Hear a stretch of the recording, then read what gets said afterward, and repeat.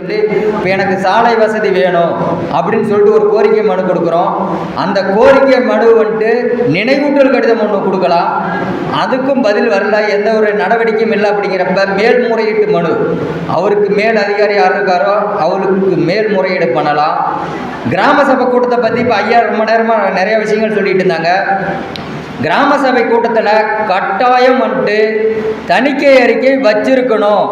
அந்த தணிக்கை அறிக்கைங்கிறது ஒரு ஆண்டுக்கான வரவு செலவு எவ்வளோ செஞ்சுருக்காங்கங்கிற தணிக்கை அறிக்கை அந்த பஞ்சாயத்தில் கண்டிப்பாக கிராம சபை கூட்டத்தில் வைக்கணும்.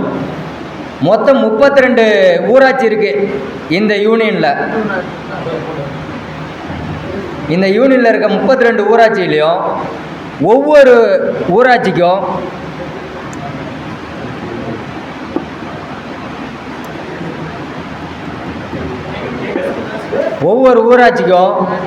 குறைஞ்சபட்சம் மத்திய அரசுகிட்டேருந்து 3 கோடியிலிருந்து 6 கோடி வரைக்கும் நிதி வந்திருக்கு.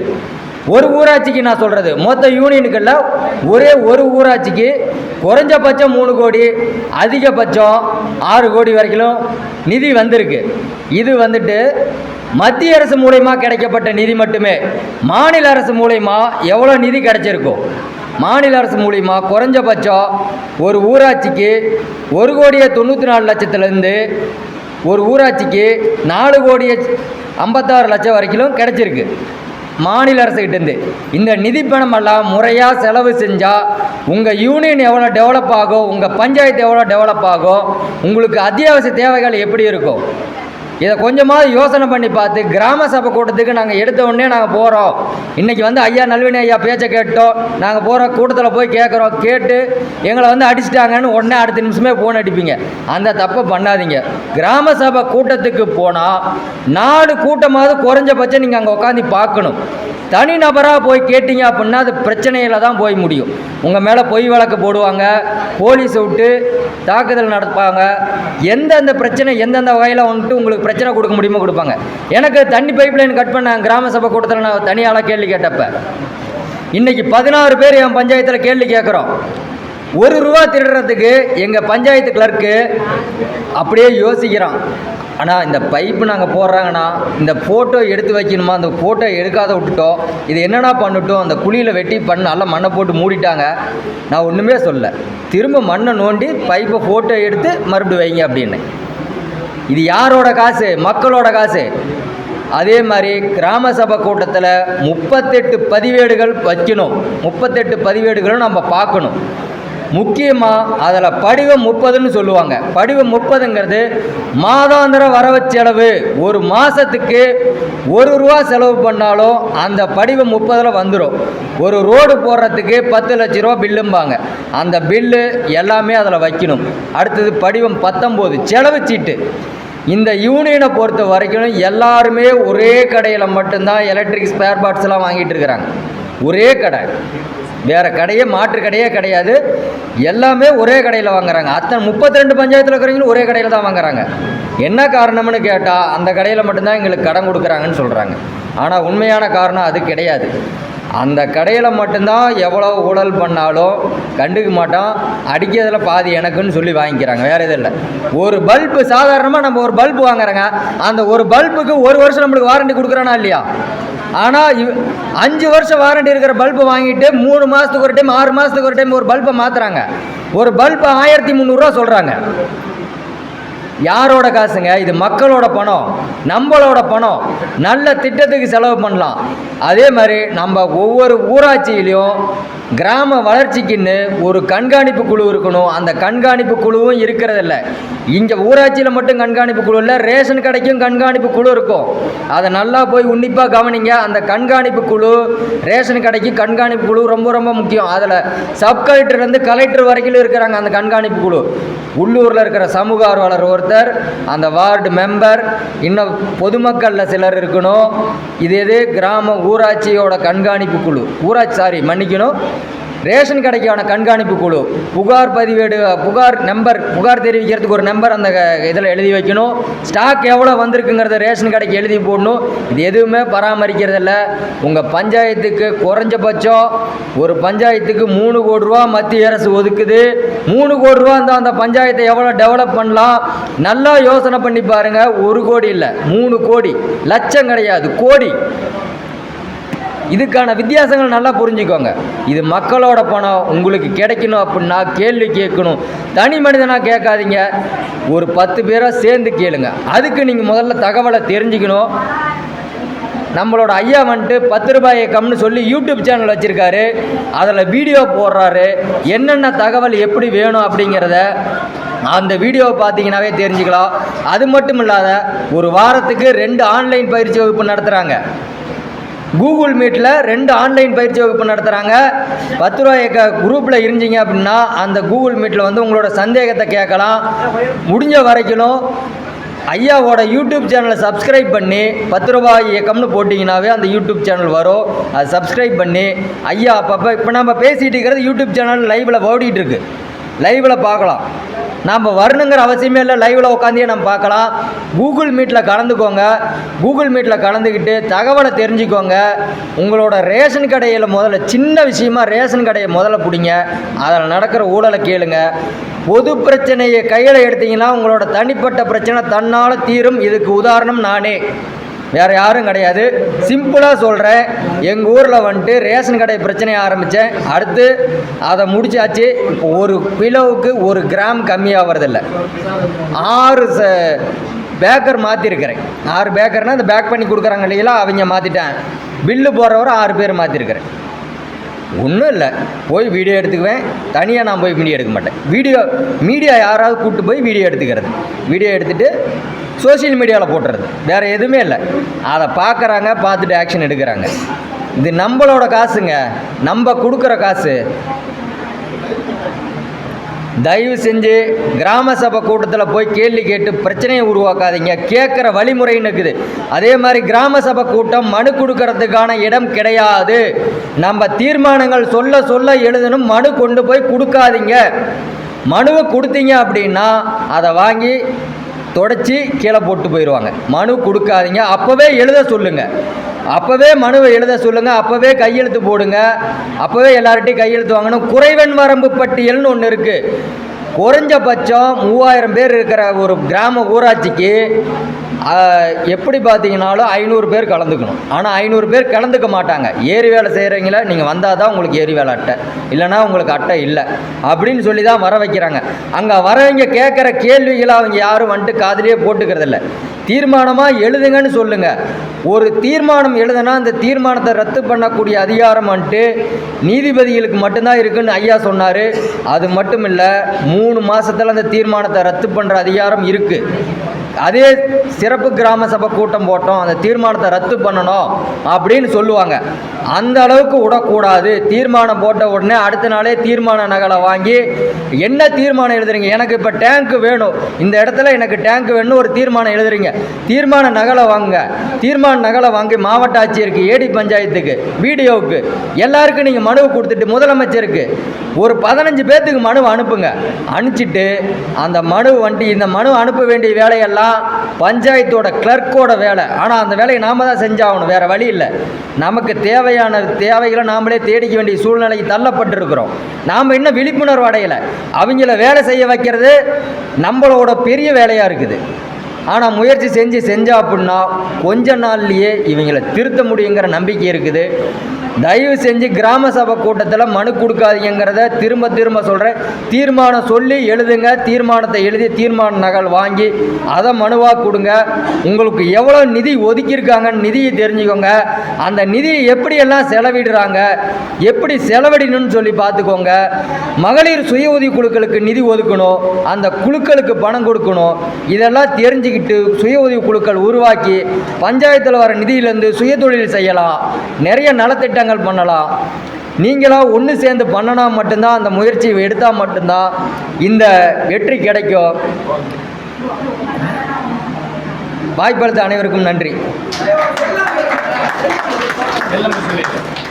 என்னோடய ஃபோன் நம்பர் தயவு செஞ்சு எனக்கு வாட்ஸ்அப் மட்டும் பண்ணுங்கள். ஃபோன் பண்ணாலும் நான் எடுக்க மாட்டேன். அப்புறம் என்னை திட்டக்கூடாது. வாட்ஸ்அப்லேயே திட்டி மெசேஜ் போட்டிருக்கிறாங்க எனக்கு. அதுவும் நடந்திருக்குது. 95 777 இல்லை ஐயா சொன்ன மாதிரி எவ்வளோ வேணாலும் திட்டுங்க, வாட்ஸ்அப்லேயே திட்டுங்க. 95 777 88 272.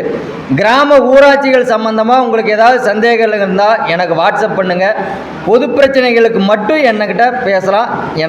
எனக்கு மெசேஜ் போடுங்க, நானே உங்களுக்கு கால் பண்ணுறேன்.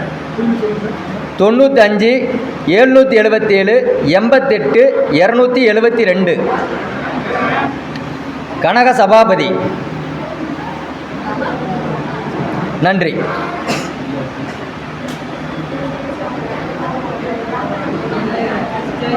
உங்கள் ஊர் பஞ்சாயத்தை பற்றி நிறைய விஷயங்கள் பேசுனார்களா? உங்கள் ஊர் பஞ்சாயத்தை பற்றி நிறைய விஷயங்கள் சொன்னாங்களா?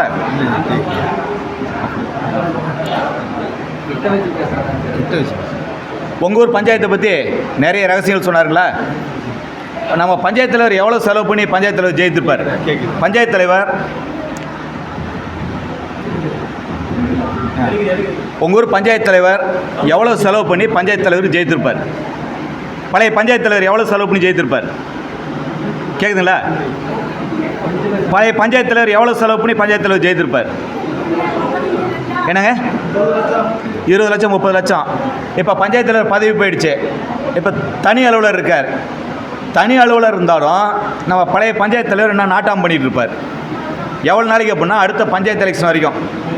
அடுத்த பஞ்சாயத்து தலைவர் தேர்தலில் இவர் நிற்கலாம், நிற்காமலும் போகலாம், அல்லது இவர் இன்னொரு பினாமி நிற்க வைப்பார். இவரால் சொறி பிடிச்ச கையை கம்முன்னு வச்சுட்டு இருக்க முடியாது. ஏன்னா ஊராங்காசை மக்கள் காசை ஆட்டையை போட்டு பழகிட்டாங்க. இனிமேல் அதிகாரம் இல்லாமல் இருக்க முடியாது. அடுத்த தலைவருக்கு நிற்பாரா நிற்க மாட்டாரா? நிற்பார்களா? நின்று எவ்வளோ செலவு பண்ணுவார்? எவ்வளோ செலவு பண்ணுவாருங்க? இதை விட அதிகமாக பண்ணுவார். உங்கள் பஞ்சாயத்து தலைவருக்கு ஒரு செய்தி சொல்லுங்கள். தலைவர் நீங்கள் எவ்வளோ வேணாலும் செலவு பண்ணுங்கள், ஜெயித்துங்க. எவ்வளோ வேணாலும் செலவு பண்ணுங்கள், ஜெயித்துங்க. ஓட்டுக்கு எவ்வளோ வேணாலும் காசு கொடுங்க. ஆனால் அடுத்த தேர்தலில் ஜெயித்து வந்த பிறகு ஒரு பைசா கூட உங்களை சம்பாதிக்க விட மாட்டோம். மக்கள் காசை திருட விட மாட்டோம். மக்கள் காசை 1 லட்ச ரூபாய்க்கு ரோடு போட வந்துச்சுன்னா 90,000 ரூபாய்க்கு ரோடு போட வைப்போம். 10,000 ரூபா திருடதை கண்டுக்க மாட்டோம். ஆனால் 1 லட்ச ரூபாய்க்கு ரோடு போட வந்துச்சுன்னா 1 லட்சத்தையும் தின்னுபிட்டு ரோடே போடாமல் ரோடு போடுறத கணக்கில் தான் விட மாட்டோம். 50,000 ரூபா 60,000 ரோடு போட்டு ரோடு போட்டங்கிற பேரில் ஏமாத்துறதை விட மாட்டோம். மாரியா கோயிலேருந்து பஸ் ஸ்டாப் வரைக்கும் ரோடு போட்டுன்னு ஒரு பில் எடுத்துகிட்டு பஸ் ஸ்டாப்லேருந்து மாரியா கோயிலுக்கு ரோடு போட்டு இன்னொரு பில் எடுக்கிறது விட மாட்டோம். 50 ரூபாய்க்கு டியூப்லைட் வாங்கிட்டு 1000 ரூபாய்க்கு டியூப்லைட் வாங்கிட்டு கணக்கெடுத்த விட மாட்டோம். இதெல்லாம் நாங்கள் தட்டி கேட்போம். மீறி ஊழல் பண்ணால் உனக்கு ஜெயிலுக்கு அனுப்புவோம் தலைவரை அப்படிங்கிறது உங்கள் தலைவர்கிட்ட சொல்லணும். சொன்னால் கேட்பாரா? கேட்கவே மாட்டார். அவருக்கு என்ன நம்பிக்கைன்னா, நீங்கள் சாதாரண எளிய மனிதர்கள், உங்களால் அவரை என்ன பண்ண முடியும்? அவருக்கு பின்னாடி ஒரு எம்எல்ஏ, ஒரு எம்பி, ஒரு மந்திரி, அதிகாரிகள், அரசாங்கம், காவல்துறை, கலெக்டர், முதல்வர், பிரதமர் எல்லாரும் அவர் பாக்கெட்டில் இருக்கிறத அவர் நினச்சிட்டு இருக்கார். இது உண்மை தானே? இப்போ இவரை கனவுல நினப்பில் மண்ணவாரி போடணும், மக்களுக்கு நல்லது செய்ய வைக்கணும். அதுக்கு என்ன வழின்னு பார்த்தீங்கன்னா, அடுத்த பஞ்சாயத்து தலைவர் தேர்தலில் நீங்களாம் நிற்கணும். அடுத்த பஞ்சாயத்து தலைவர் தேர்தலில் நீங்களாம் நிற்கணும். நம்ம குப்புராஜுக்கு என்ன சந்தேகம்னா, நம்ம கனக சபாபதிக்கு என்ன பிரச்சனைனா, தலைவர் சிரிக்கிறார், பெரம்பலூர் தலைவர். நம்ம ஆளுங்கள என்ன சந்தேகம்னா, சார் நான் நின்று எங்கள் வீட்டுக்காரமாக கூட ஓட்டு போடாது சார். அவங்க ஓட்டு போடக்கூடாதுங்க, அவங்க ஓட்டு போடக்கூடாது. பஞ்சாயத்து தலைவர் 50 லட்சம் 1 கோடி செலவு பண்ணி பஞ்சாயத்து தலைவர் நிற்கிறான். நீங்கள் போய் 1000 ரூபாய் டெபாசிட்டாக பஞ்சாயத்து தலைவர் எவ்வளோ? 1000 ரூபாய் 2000 ரூபாயா? தலைவர் கம்மிங்க, பஞ்சாயத்து தலைவர் 2000 தாங்க. 2000 ரூபாய் டெபாசிட் ரெடி ஆக்ஷன் இல்லைங்க. ஒரு 1000 நோட்டீஸ் அடிச்சிக்கிங்க. அந்த நோட்டீஸில் மக்கள்கிட்ட என்ன சொல்கிறீங்கன்னா, தயவு செஞ்சு யாரும் எனக்கு ஓட்டு போடாதீங்க. ஒரு ஓட்டு போட்டிங்கனாலும் நான் 5 ஆண்டு காலம் உயிரை கொடுத்து 24 மணி நேரம் உங்களுக்காக ஊழல் ஒழிக்க போராடுவேன். இந்த ஊரை நல்ல ஊராக மாற்ற போராடுவேன். இந்த ஊருக்கு தேவையான அனைத்து வசதிகளையும் கொண்டு வரதுக்கு நான் தொடர்ந்து என்னுடைய அறிவை பயன்படுத்துவேன், உழைப்பை பயன்படுத்துவேன். தொடர்ந்து இந்த அதிகாரிகிட்ட போராடி இந்த ஊருக்கு நல்லது பண்ணுவேன். தயவு செஞ்சு யாரும் எனக்கு ஓட்டு போட்டக்கூடாது. நான் யாருக்கும் லஞ்சம் தர மாட்டேன், ஓட்டுக்கு லஞ்சம் தர மாட்டேன், லஞ்சம் வாங்குறதுக்கு விட மாட்டேன், மக்கள் காசை கொள்ளையடிக்க விட மாட்டேன். டெல்லியிலேருந்து ஒரு யானை வந்துச்சுன்னா அது என் ஊருக்கு முழுசாக வரணும். டெல்லியில் பாரத பிரதமராக இருந்த ராஜீவ்காந்தி பாராளுமன்றத்தில் அன்றைக்கி சொன்னாராம். ராஜீவ்காந்தி பிரதமராக இருந்தப்போ பார்லிமெண்ட்டில் சொன்னாராம், நான் டெல்லியிலேருந்து யானை அனுப்புனா சேலம் மாவட்டம் தலைவாசல் கிராமத்துக்கு அந்த யானை வரக்குள்ள வால் தான் வருது, யானையை ஊழல் சாப்பிட்டுடுது, லஞ்சம் ஊழலை சாப்பிட்டுடுது, எங்களால் தடுக்க முடியலன்னு சொல்லிட்டு பாரத பிரதமர் ராஜீவ்காந்தி பாராளுமன்றத்திலே சொன்னாராம். ஆனால் நாங்கள் பஞ்சாயத்து ஆஃபீஸ் வாசல் சொல்கிறோம், இனிமேல் டெல்லியிலேருந்து, டெல்லி செயின்ட் ஜார்ஜ் கோட்டையிலேருந்து, சென்னை செயின்ட் ஜார்ஜ் கோட்டையிலேருந்து, டெல்லி செங்கோட்டையிலேருந்து எங்கள் ஊருக்கு யானை அனுப்புனாங்கன்னா, மத்திய அரசாங்கம் ஒன்றிய அரசாங்கம் யானை கொடுத்ததுன்னா, மாநில அரசாங்கம் சென்னையிலேருந்து யானை எங்கள் ஊருக்கு அனுப்பி வச்சா ஊழல் வாழை மட்டும்தான் திங்கணும், யானை என் ஊருக்கு வந்து சேரணும், சேர வைப்பேன். அதுக்கு நீங்கள் என்ன பண்ணணும்னா, எனக்கு ஓட்டு போட்டுறக்கூடாது, ஓட்டு போட்டு ஜெயிக்க வச்சிடக்கூடாது. பாருங்க, போன முறை பஞ்சாயத்து தலைவர் நிறைய கொள்ளையடிச்சிருக்கிறான், 2000 ரூபா காசு தரான். எவ்வளோ காசு தரான் ஓட்டுக்கு? புதுசாக ஒரு கொள்ளைக்காரன் வரான், பஞ்சாயத்து தலைவர் ஆசைப்பட்டு 3000 ரூபா தரங்கிறான், வாங்கிக்க, வாங்காம விட்றாத, நம்ம காசு அப்படின்னு வாங்க விடுங்க. போலீஸுக்கு ஃபோன் பண்ணி, 100க்கு ஃபோன் பண்ணி, எலெக்ஷன் கமிஷனுக்கு ஃபோன் பண்ணி ஓட்டுக்கு காசு கொடுக்குறத தடுத்துறாதீங்க, மக்கள் கோச்சிக்குவாங்க. ஒவ்வொரு வீட்லேயும் போய் சொல்லுங்கள், பாரு அந்த வீட்டில் 5 ஓட்டு, அந்த 2 கரை கட்சிக்காரன் ஓட்டுக்கு 2000 ரூபா கொடுத்தான், 5 ஓட்டுக்கு 10000 ரூபா காசு கொடுத்துருக்குறான். நீ போன முறை அவனுக்கு சொல்லி தான் எம்பிக்கு எம்எல்ஏ ஓட்டு போட்ட, அவனை கட்டி வச்சு அதை விட அதிகமாக வாங்க. உன் வீட்டில் 6 ஓட்டு இருக்கு, 12000 ரூபா வாங்காம விட்றாத. அதே வீட்டுக்கு அந்த 3 கரை கட்சிக்காரன் ஓட்டுக்கு 1500 ரூபா கொடுத்துருக்குறான், 5 ஓட்டுக்கு 7500 ரூபா கொடுத்துருக்குறான். இவங்கிட்ட 10,000, அவங்ககிட்ட 7500, 17,500 ரூபா வாங்கியிருக்கான். நீ விட்டுறாத, 2 பேர்த்தையும் வாங்கிக்க அப்படின்னு அந்த மக்களை வாங்க விடுங்க. மக்கள் ஓட்டுக்கு காசு வாங்குறத தடுத்துறாதீங்க. தேர்தல் அறிவித்த பிறகு இதை பேசினா என் மேலே எஃப்ஐஆர் போட்டுருவாங்க. தேர்தல் அறிவித்த பிறகு ஓட்டுக்கு காசு கொடுத்தா வாங்கின்னு சொன்ன எங்கள் மேலே எஃப்ஐஆர் போட்டுருவாங்க. நீங்கள் சொல்லலாம், தினத்தனியாக உட்காந்து சொல்லிவிட்டு இந்த மக்களை காசு வாங்க விடுங்க. இந்த 2 வேட்பாளர்களையும் போட்டு கொடுத்து மக்களை அதிகமாக காசு வாங்க விடுங்க. ஏன்னா நம்ம காசு தானே. நம்ம பஞ்சாயத்து தலைவர் என்ன மூட்டை தூக்கி சம்பாதிச்ச காசா? இல்லை வட்டச்செயலாளர், சதுர செயலாளர்லாம் இந்த அரசியல்வாதிகள் மக்களுக்கு தர காசு, அவன் வீட்டில் இருக்கிற பொண்டாட்டி தாலி விற்றா காசு தரான், நம்மகிட்ட ஆட்டை போட்ட காசு தானே. அதை மக்கள்கிட்ட போக விடுங்க. அதே நேரத்தில் நீங்கள் சொல்லுங்கள், நான் யாரும் காசு தர மாட்டேன், யாருக்கும் காசு தர மாட்டேன், ஓட்டுக்கு காசு தர மாட்டேன், நான் நேர்மையானவன், நான் நேர்மையாக வாழ விரும்புகிறேன், இந்த ஊரை நேர்மையாக வச்சுக்குவேன், ஜெயித்த பிறகு எவனுக்கும் லஞ்சம் வாங்கிறதுக்கு என் ஊரில் ஊழல் பண்ணதுக்கு அனுமதிக்க மாட்டேன், இதை 5 வருஷம் விட மாட்டேன், நான் வாழ்நாள் வரைக்கும் விட மாட்டேன், என் கூட 10 பேருக்கு நாங்கள் யாரும் விட மாட்டோம் அப்படிங்கிறத தெளிவாக சொல்லிட்டு வாங்க. தெரியாதனமாக ஒரு 10 பேர் உங்களுக்கு ஓட்டு போட்டுருவான். தெரியாதனமாக எத்தனை பேர் ஓட்டு போடுவாங்க? நம்ம வீட்டில் யாரும் ஓட்டு போட மாட்டாங்க, நம்ம கூட பழகிற யாரும் ஓட்டு போட மாட்டாங்க. நம்ம குப்புராஜ் நின்னா நான் ஓட்டு போட மாட்டேன், நான் நின்னா குப்புராஜ் ஓட்டு போட மாட்டார். போட மாட்டீங்களா? சத்தியமாக போட மாட்டோம், சத்தியமாக போட மாட்டோம். யாரோ தெரியாதனமாக தெரிஞ்சு ஒரு 10 பேர் ஓட்டு போட்டுருவாங்க. தேர்தல் முடிஞ்ச உடனே காசு வாங்காமல் ஓட்டு போட்ட 10 நல்ல உள்ளவங்களுக்கு நன்றி அப்படின்னு போஸ்ட் அடித்து ஊர் முழுசும் ஒட்டிட்டு உங்கள் ஊரில் தேவையான பொதுமக்களுக்கு தேவையான எல்லா கோரிக்கையிலையும் கையில் எடுங்க. உங்கள் ஊரில் எங்கெங்கெல்லாம் லைட்டு தேவைப்படுது, எங்கெங்கெல்லாம் ஏரி தூர் வாடணும், எந்த இடத்துக்கு ரோடு போடணும், யார் வீட்டம்மா ஓஏபி தேவை, எந்தெந்த வீட்டுக்கு என்னென்ன வசதிகள் அரசாங்கம் செஞ்சு விடும் எல்லாத்தையும் லிஸ்ட் எடுங்க. செய்ய வைக்கிறோம், இந்த அரசாங்கத்தை இந்த அதிகாரிகளை செய்ய வைக்கிறோம். நம்மகிட்ட ஒரு பக்கம் தகவல் உரிமை சட்டம் இருக்குது, இன்னொரு பக்கம் கோரிக்கை மனுக்கள் இருக்குது, இன்னொரு பக்கம் புகார் மனுக்கள் இருக்குது, ஒரு பக்கம் அரசியலமைப்பு சட்டம் இருக்குது, இன்னொரு பக்கம் இந்த அதிகாரிகள் நம்மகிட்ட மாட்டிக்கிட்டு இருக்கிறோம். இந்த காவல்துறை நம்மோடு இருக்குது, நீதித்துறை நம்மோடு இருக்குது, கிராம சபை நம்மகிட்ட இருக்கு. நிறைய சட்டங்கள் பயன்படுத்தப்படாமல் நம்மகிட்ட இருக்கு. இதெல்லாம் உங்கள் ஊர் நல்லதுக்கு பயன்படுத்த போகிறோம். அது எப்படி பயன்படுத்த போகிறாங்கிறதுலாம் இந்த பயிற்சி வகுப்பை நம்ம இன்றைக்கி பிள்ளையார் சொல்லியாக ஆரம்பிச்சிருக்கிறோம். தம்பி சுதாகர் இன்றைக்கி இந்த பயிற்சி வகுப்பை இங்கே கொடுத்துருக்க நோக்கம் என்னென்னா, இது ஒரு பிள்ளையார் சொல்லி அடுத்தடுத்து என்ன செய்ய போகிறாங்கிறத யார் யாரெல்லாம் செய்ய ஆர்வமாக இருக்கீங்களோ அவங்கள உட்கார வச்சு தொடர்ச்சியாக பயிற்சி தர போகிறோம். இப்போ கிராம சபை ஒரு வருஷம் என்ன செய்யணும் அப்படிங்கிறது சொல்லியிருக்கோம். கிராம சபை போலீஸ் பர்மிஷன் கேட்க போகிறோம், கிராம சபைக்கு அதிகாரிகளை கூப்பிட போகிறோம், கிராம சபையில் தீர்மானங்கள் நிறைவேற்ற போகிறோம். தீர்மானங்கள் நிறைவேற்றின பிறகு இந்த தீர்மானங்களை அரசாங்கத்துடைய கவனத்துக்கு கொண்டு போக போகிறோம், அரசாங்கத்தை செய்ய வைக்க போகிறோம். நம்ம ஊருக்கு நல்லதை இந்த அரசாங்கத்து மூலமாக செய்ய வைக்க போகிறோம். அதற்கு ஒரு பக்கம் சட்டத்தை கையில் எடுக்க போகிறோம், ஒரு பக்கம் பேப்பர் பேனாவை கையில் எடுக்க போகிறோம், இன்னொரு பக்கம் தெருவில் இறங்கி போராட போகிறோம். ஆனால் போராட மாட்டோம், ஆனால் அதிகமாக போராடுவோம். எப்படி? அது தனியாக பயிற்சி தர போகிறோம். நம்முடைய நோக்கம் மக்களுக்கு நேர்மையாக நியாயமாக செய்ய வேண்டிய விஷயங்களை செய்ய வைக்கணும். இந்த அரசாங்கம், இந்த அதிகாரிகள் செய்ய மாட்டாங்க. ஆடுற மாட்டை ஆடி கறக்கணும், பாடுற மாட்டை பாடி கறக்கணும். நாம் இந்த மாட்டை சூடு வச்சு எழுப்பிட போகிறோம். சூடு வச்சு எழுப்பிட போகிறோம். இந்த எரும மாடுகளை, இந்த அரசு ஊழியர்களை எரும மாடுங்களை நல்லா சூடு வச்சு வாழை பிடிச்சி கட்டிச்சு வாலில் நெருப்பு வச்சு எழுப்பிவிட்டு வேலையை செய்ய வைக்க போகிறோம். அது ரொம்ப எளிமையான விஷயம். அது ரொம்ப இந்த கலெக்டரை வேலை வாங்குறது, தாசில்தாரை வேலை வாங்குறது, இந்த போலீஸை வேலை வாங்குறதுலாம் ரொம்ப எளிமையான விஷயம். நம்முடைய சீனிவாசன் பேசிட்டு சொன்னார், சார் இந்த போலீஸில் கம்ப்ளைண்ட் கொடுத்தா எஃப்ஐஆர் போடவே மாட்டேங்கிறாங்க சார். பாதிக்கப்பட்டவர்கள் போலீஸில் கம்ப்ளைண்ட் கொடுத்தா எஃப்ஐஆர் போடவே மாட்டேங்கிறாங்க சார். பெர்சன் கொடுத்தா விசாரிக்கவே மாட்டேங்கிறாங்க சார். அதுக்கு என்ன சார் வழி?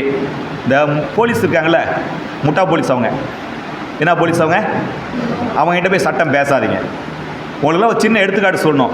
நம்ம கல்யாண வீட்டுக்கு விருந்துக்கு சாப்பிட்லாம், கல்யாணத்துக்கு போகலாம் அப்படின்ட்டு நம்ம வீட்டுக்காரம்மா பட்டுச்சலையை கட்டிட்டு, நம்ம வெள்ளை வேஷ்டி வெள்ளை சட்டை போட்டு, கையில் ஒரு கிஃப்ட் எடுத்துகிட்டு, மொய் காசு எடுத்துகிட்டு கல்யாண விருந்துக்கு போகிறோம். எங்கே போகிறோங்க? கல்யாண வீட்டுக்கு, கல்யாண விருந்துக்கு போயிட்டு இருக்கிறோம். நம்ம நோக்கம் என்ன? மொய் வைக்க போகிறோம், கிஃப்ட் எடுத்துகிட்டு போகிறோம். கல்யாண வீட்டில் மொய் வச்சுட்டு மணமக்களை வாயார வாழ்த்திட்டு மனசார சாப்பிட்டுட்டு திரும்பி வர போகிறோம் எண்ணத்தோடு போகிறோம். அப்போ ஒரு பன்னிக்குட்டி, மன்னிக்கணும், ஒரு நாய்க்குட்டி, சொறி பிடிச்ச வெறி நாய், என்ன பிடிச்ச நாயே? சொறி பிடிச்ச வெறி நாயே சாக்கடையில் இறங்கி, நல்ல சாக்கடையில் இறங்கி, ஒரு சொறி பிடிச்ச வெறி நாயே சாக்கடையில் இறங்கி சாக்கடை தண்ணியோட அந்த நாத்தத்தோட நம்மளையே கடிக்க வருது. நம்மளையே வர நாய் என்ன நாயே? சொறி பிடிச்ச வெறி நாய் சாக்கடையில் இறங்கி மேலே ஏறி நம்மளை கடிக்க வருது. நாம் எங்கே போயிட்டுருக்குறோம்? கல்யாண வீட்டுக்கு போயிட்டுருக்குறோம். யார் கூட போயிட்டுருக்குறோம்? வீட்டம்மா கூட போயிட்டுருக்கோம். வீட்டம்மா பட்டுச்சலையில் நகையெல்லாம் மாட்டிட்டு நம்மளை நம்பி கூட வந்துட்டுருக்கு. இப்போ நாம் தான் சமூக ஆர்வலராச்சே, இந்த நாட்டு மேலே, இந்த நம்ம மக்கள் மேலே நமக்கு தான் பாசம் அதிகமாச்சே.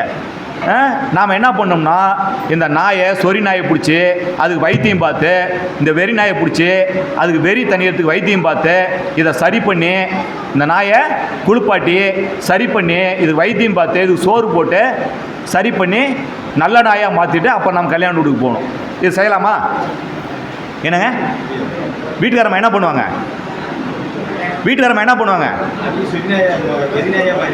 அவங்க சொர்ணக்காவாக மாறிடுவாங்க. இந்த நாயை விட ஏப்பா நான் வீட்டுக்கு போகணுப்பா, கம்முன்னு இருப்பா, நீ வேற எடுத்துக்காட்டு ஏதோ சொல்கிறேன் பின்னாடி இருந்து எடுத்து கொடுக்குறியாப்பா, சிவகுமார நீ ரொம்ப நல்லவன்பா. சிவகுமார சீனிவாசனா குமாரா, ஈரோடு குமார் எல்லா வேலையும் செய்வார். நம்ம வேலை என்ன? நாம் தான் சமூக கரை மிக்கவர்கள். ஒரு நாய் சொறி பிடிச்சிருந்தா அந்த நாய்க்கு வைத்தியம் பார்க்கணும். இல்லை அப்படின்னா ஊரில் இருக்கிற எல்லா நாய்க்கு சொறி பிடிச்சி போயிடும்.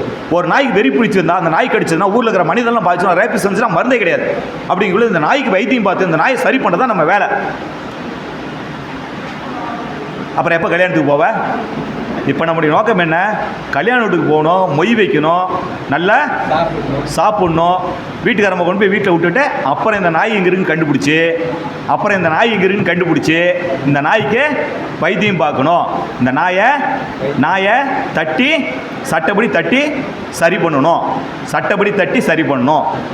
இல்லைன்னா நம்ம தம்பி சுபியான் இருக்கான், சேலம் மாவட்டத்தில் சுபியான் இருக்காப்புல, வந்துடுவாப்புல, எஃப்ஐஆர் போட்டுவாப்புல, ரிமாண்டே பண்ணிடுவாப்புல, ஜெயிலுக்கு அனுப்பிடுவாப்புல, வம்பு வந்தால விஷயத்துக்கு. இப்போ நாம் இந்த போலீஸில் கம்ப்ளைண்ட் கொடுத்தா எஃப்ஐஆர் போடல. போலீஸ் ஏற்கனவே பார்த்தீங்கன்னா வெறி பிடிச்ச சோர்நாய் மாதிரி இருக்காங்க. இவன் லத்தியை அங்கே விட்டு ஆட்டணும்னு ஆசைப்பட்றான். ஏற்கனவே கொலை பண்ணி என்ன சம்பளம் வாங்கிட்டு இருக்கானுங்க. 5 வருஷமாக கொலகார பயிலுங்க ஜெயிலுக்கு சம்பளம் வாங்கிட்டு இருக்காங்க. இந்த பசங்க போய் மோதிட்டு இருந்தால் நம்ம பொழப்பு கேட்டு போயிருமில்ல. அதனால் இந்த போலீஸ் கூட சண்டையெல்லாம் பண்ணாதீங்க, போலீஸ்கிட்ட சட்டம்லாம் பேசாதீங்க. போலீஸ்கிட்ட புகார் கொடுத்து எஃப்ஐஆர் போடணும்னா வெறும் 200 ரூபா செலவில் எஃப்ஐஆர் போடலாம். எவ்வளோ செலவுங்க? வெறும் 200 ரூபா தான் செலவு. முத்தையா, போலீஸ்க்கு கம்ப்ளைண்ட் கொடுத்து எஃப்ஐஆர் போடணும் எவ்வளோ செலவு? வெறும் 200 ரூபா செலவு. 200 ரூபா செலவு பண்ணால் எஃப்ஐஆர் போடலாம். ஒரு எக்ஸாம்பிள் சொல்லிட்டுங்களா? இப்போ நம்ம முத்தையனுக்கும் யாருக்கு? நம்ம கள்ளக்குறிச்சி என்ன ஊர் முத்தையன்? நீங்கள் சங்கராபுரம் முத்தையனுக்கும் ஈரோடு குமாருக்கும் சட்டை பயிற்சி முடிஞ்சு போகக்குள்ள சண்டை வந்துருச்சு.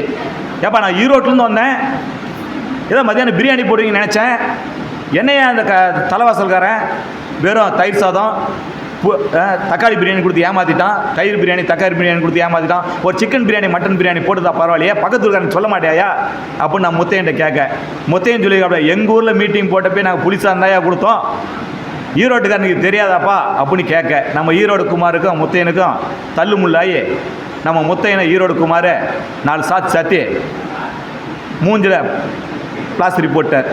இப்போ நம்ம முத்தையன் போய் தலைவாசல் போலீஸில் கம்ப்ளைண்ட் தரார். நம்ம போலீஸ் கம்ப்ளைண்ட் வாங்கிக்குமா?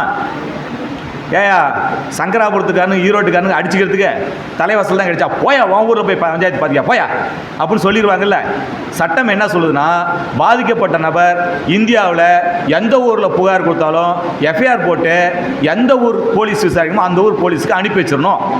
அந்த எஃப்ஐஆர் காப்பியை ஃப்ரீயாக பாதிக்கப்பட்ட முத்தையனுக்கு இலவசமாக தரணும் அப்படின்னு சட்டம் சொல்லுது.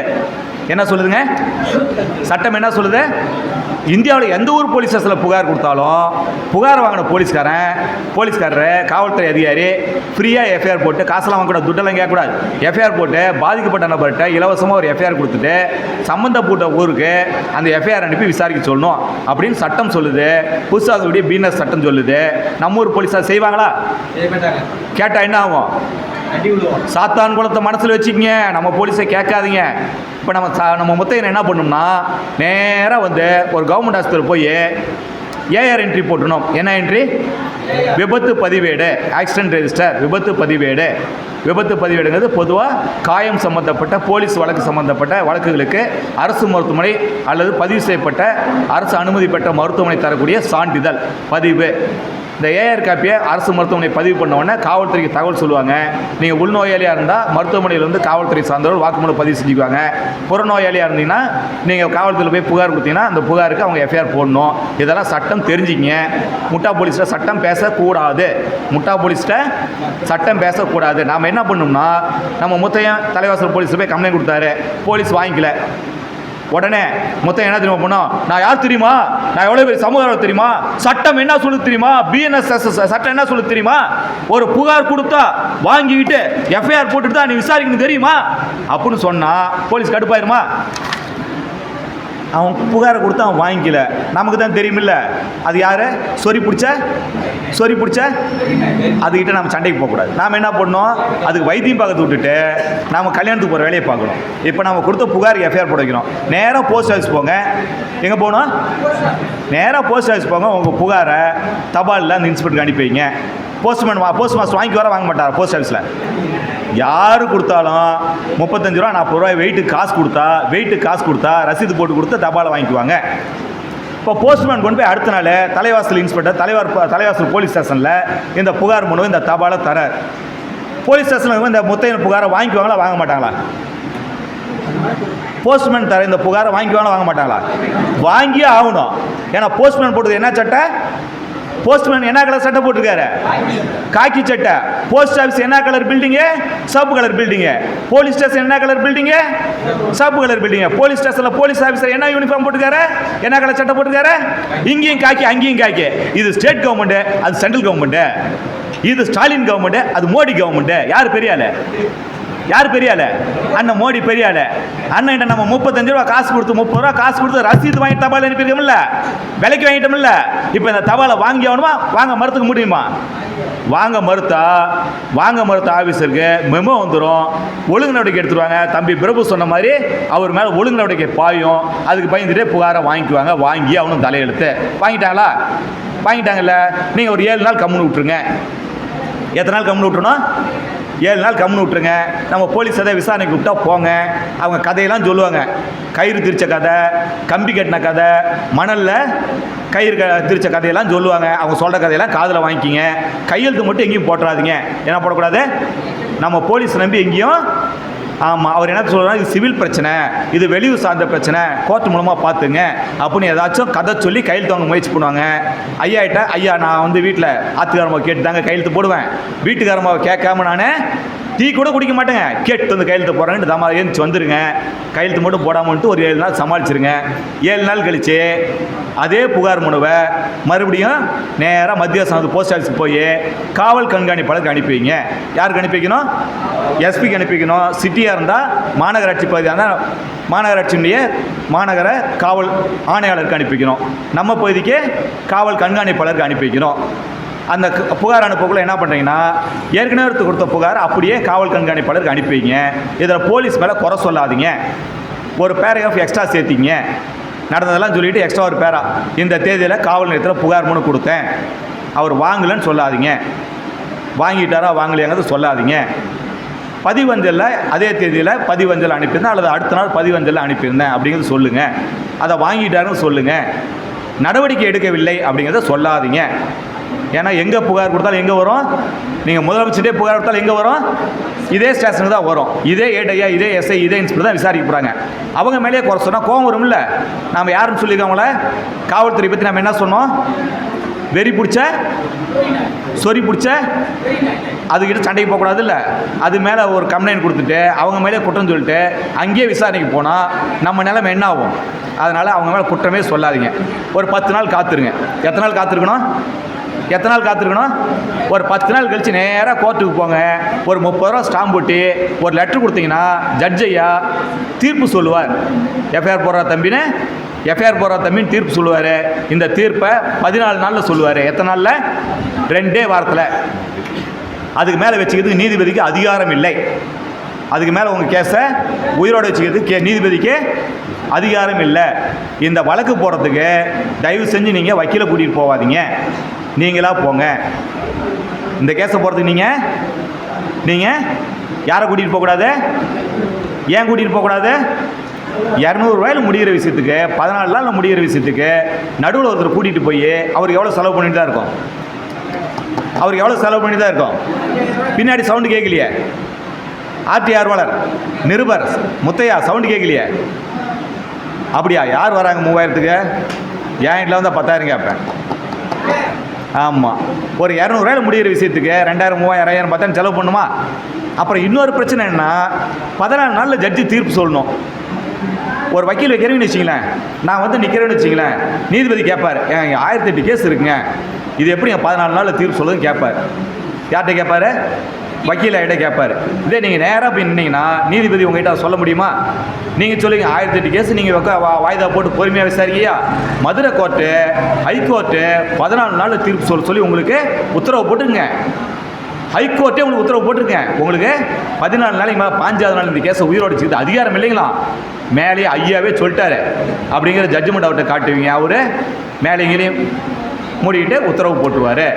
ரொம்ப சிம்பிளாக முடிகிற விஷயத்துக்கு நடுவில் ஒரு பூசாரி கூட்டிகிட்டு போய் அவருக்கு சிக்கலை உருவாக்கக்கூடாது.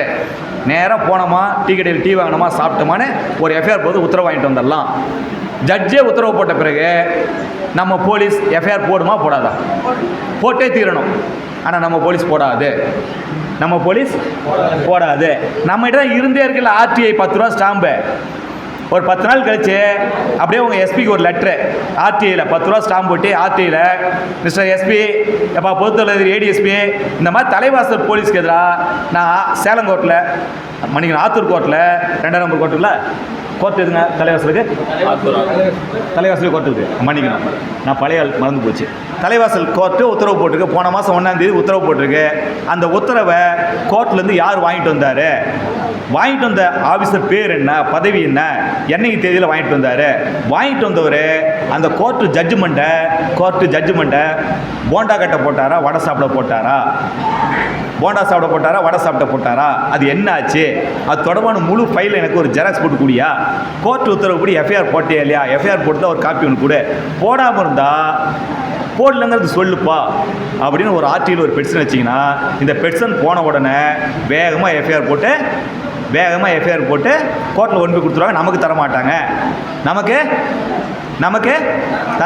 ஆர்டியில் பதில் சொல்லுவாங்க, தம்பி நீ ஜட்ஜு கொடுத்த உத்தரவு 1ஆம் தேதி ஜட்ஜு உத்தரவு போட்டார், 2ஆம் தேதி எங்கள் ஏட்டையை வாங்கிட்டு வந்தார், 2ஆம் தேதி சாயந்தரமே நாங்கள் எஃப்ஐஆர் போட்டோம், அதை 24ஆம் தேதி கோர்ட்டுக்கு அனுப்பிட்டோம். எத்தனாம் தேதி எஃப்ஐஆர் போட்டோம்? 1ஆம் தேதி ஜட்ஜு உத்தரவு போட்டார், 2ஆம் தேதி வாங்கிட்டு வந்தோம், அன்றைக்கே எஃப்ஐஆர் போட்டோம், 22ஆம் தேதி கோர்ட்டுக்கு அனுப்பிட்டோம் அப்படின்னு நமக்கு ஒரு பதில் தருவாங்க. கோர்ட்டில் போய் நம்ம எஃப்ஐஆர் காப்பியை வாங்கிட்டு வந்துடலாம். எவ்வளோ ஈஸியான விஷயம்.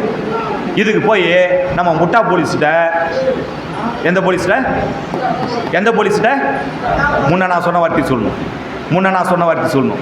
சொறி பிடிச்ச வெறிநாயை போய் திருத்த முயற்சி பண்ணி நாம் கடி வாங்கி, நாம் அழுக்காயி, நாம் போட்டுத வெள்ளை சட்டை, நாம் போட்டுத வெள்ளை வேஸ்ட்டு, நம்ம பொண்டாட்டி பட்டுச்சில் இதெல்லாம் நாரி போய் நாம் போய் ஜிஹெச்சில் தொப்புளை சுற்றி 36 ஊசி போட்டிட்டு 4 வாரத்துக்கு 6 வாரத்துக்கு கறி திங்க முடியாமல், குறிப்பாக அந்த சில்லி சிக்கன் சாப்பிட முடியாமல், சிக்கன் ரைஸ் சாப்பிட முடியாமல் பத்தியமாக இருக்கணுமா?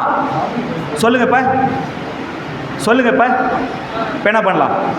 போலீஸ் கூட சண்டை பண்ணலாமா? ஈஸியாக 200 சரவ எஃப்ஐஆர் போட்டு போயிடலாமா? இதெல்லாம் நான் உட்காந்து கிளாஸ் எடுத்தா இந்த முத்தையன் ஒவ்வொரு கிளாஸ்லையும் தலையை ஆட்டிகிட்டு இருக்கார், பயன்படுத்த மாட்டேங்கிறார். சரிங்களா முத்தையா? சரிங்களா குமார்? சரிங்களா குப்புராஜ்? சரிங்களா சீனிவாசன்? சவுண்டே காணோம்.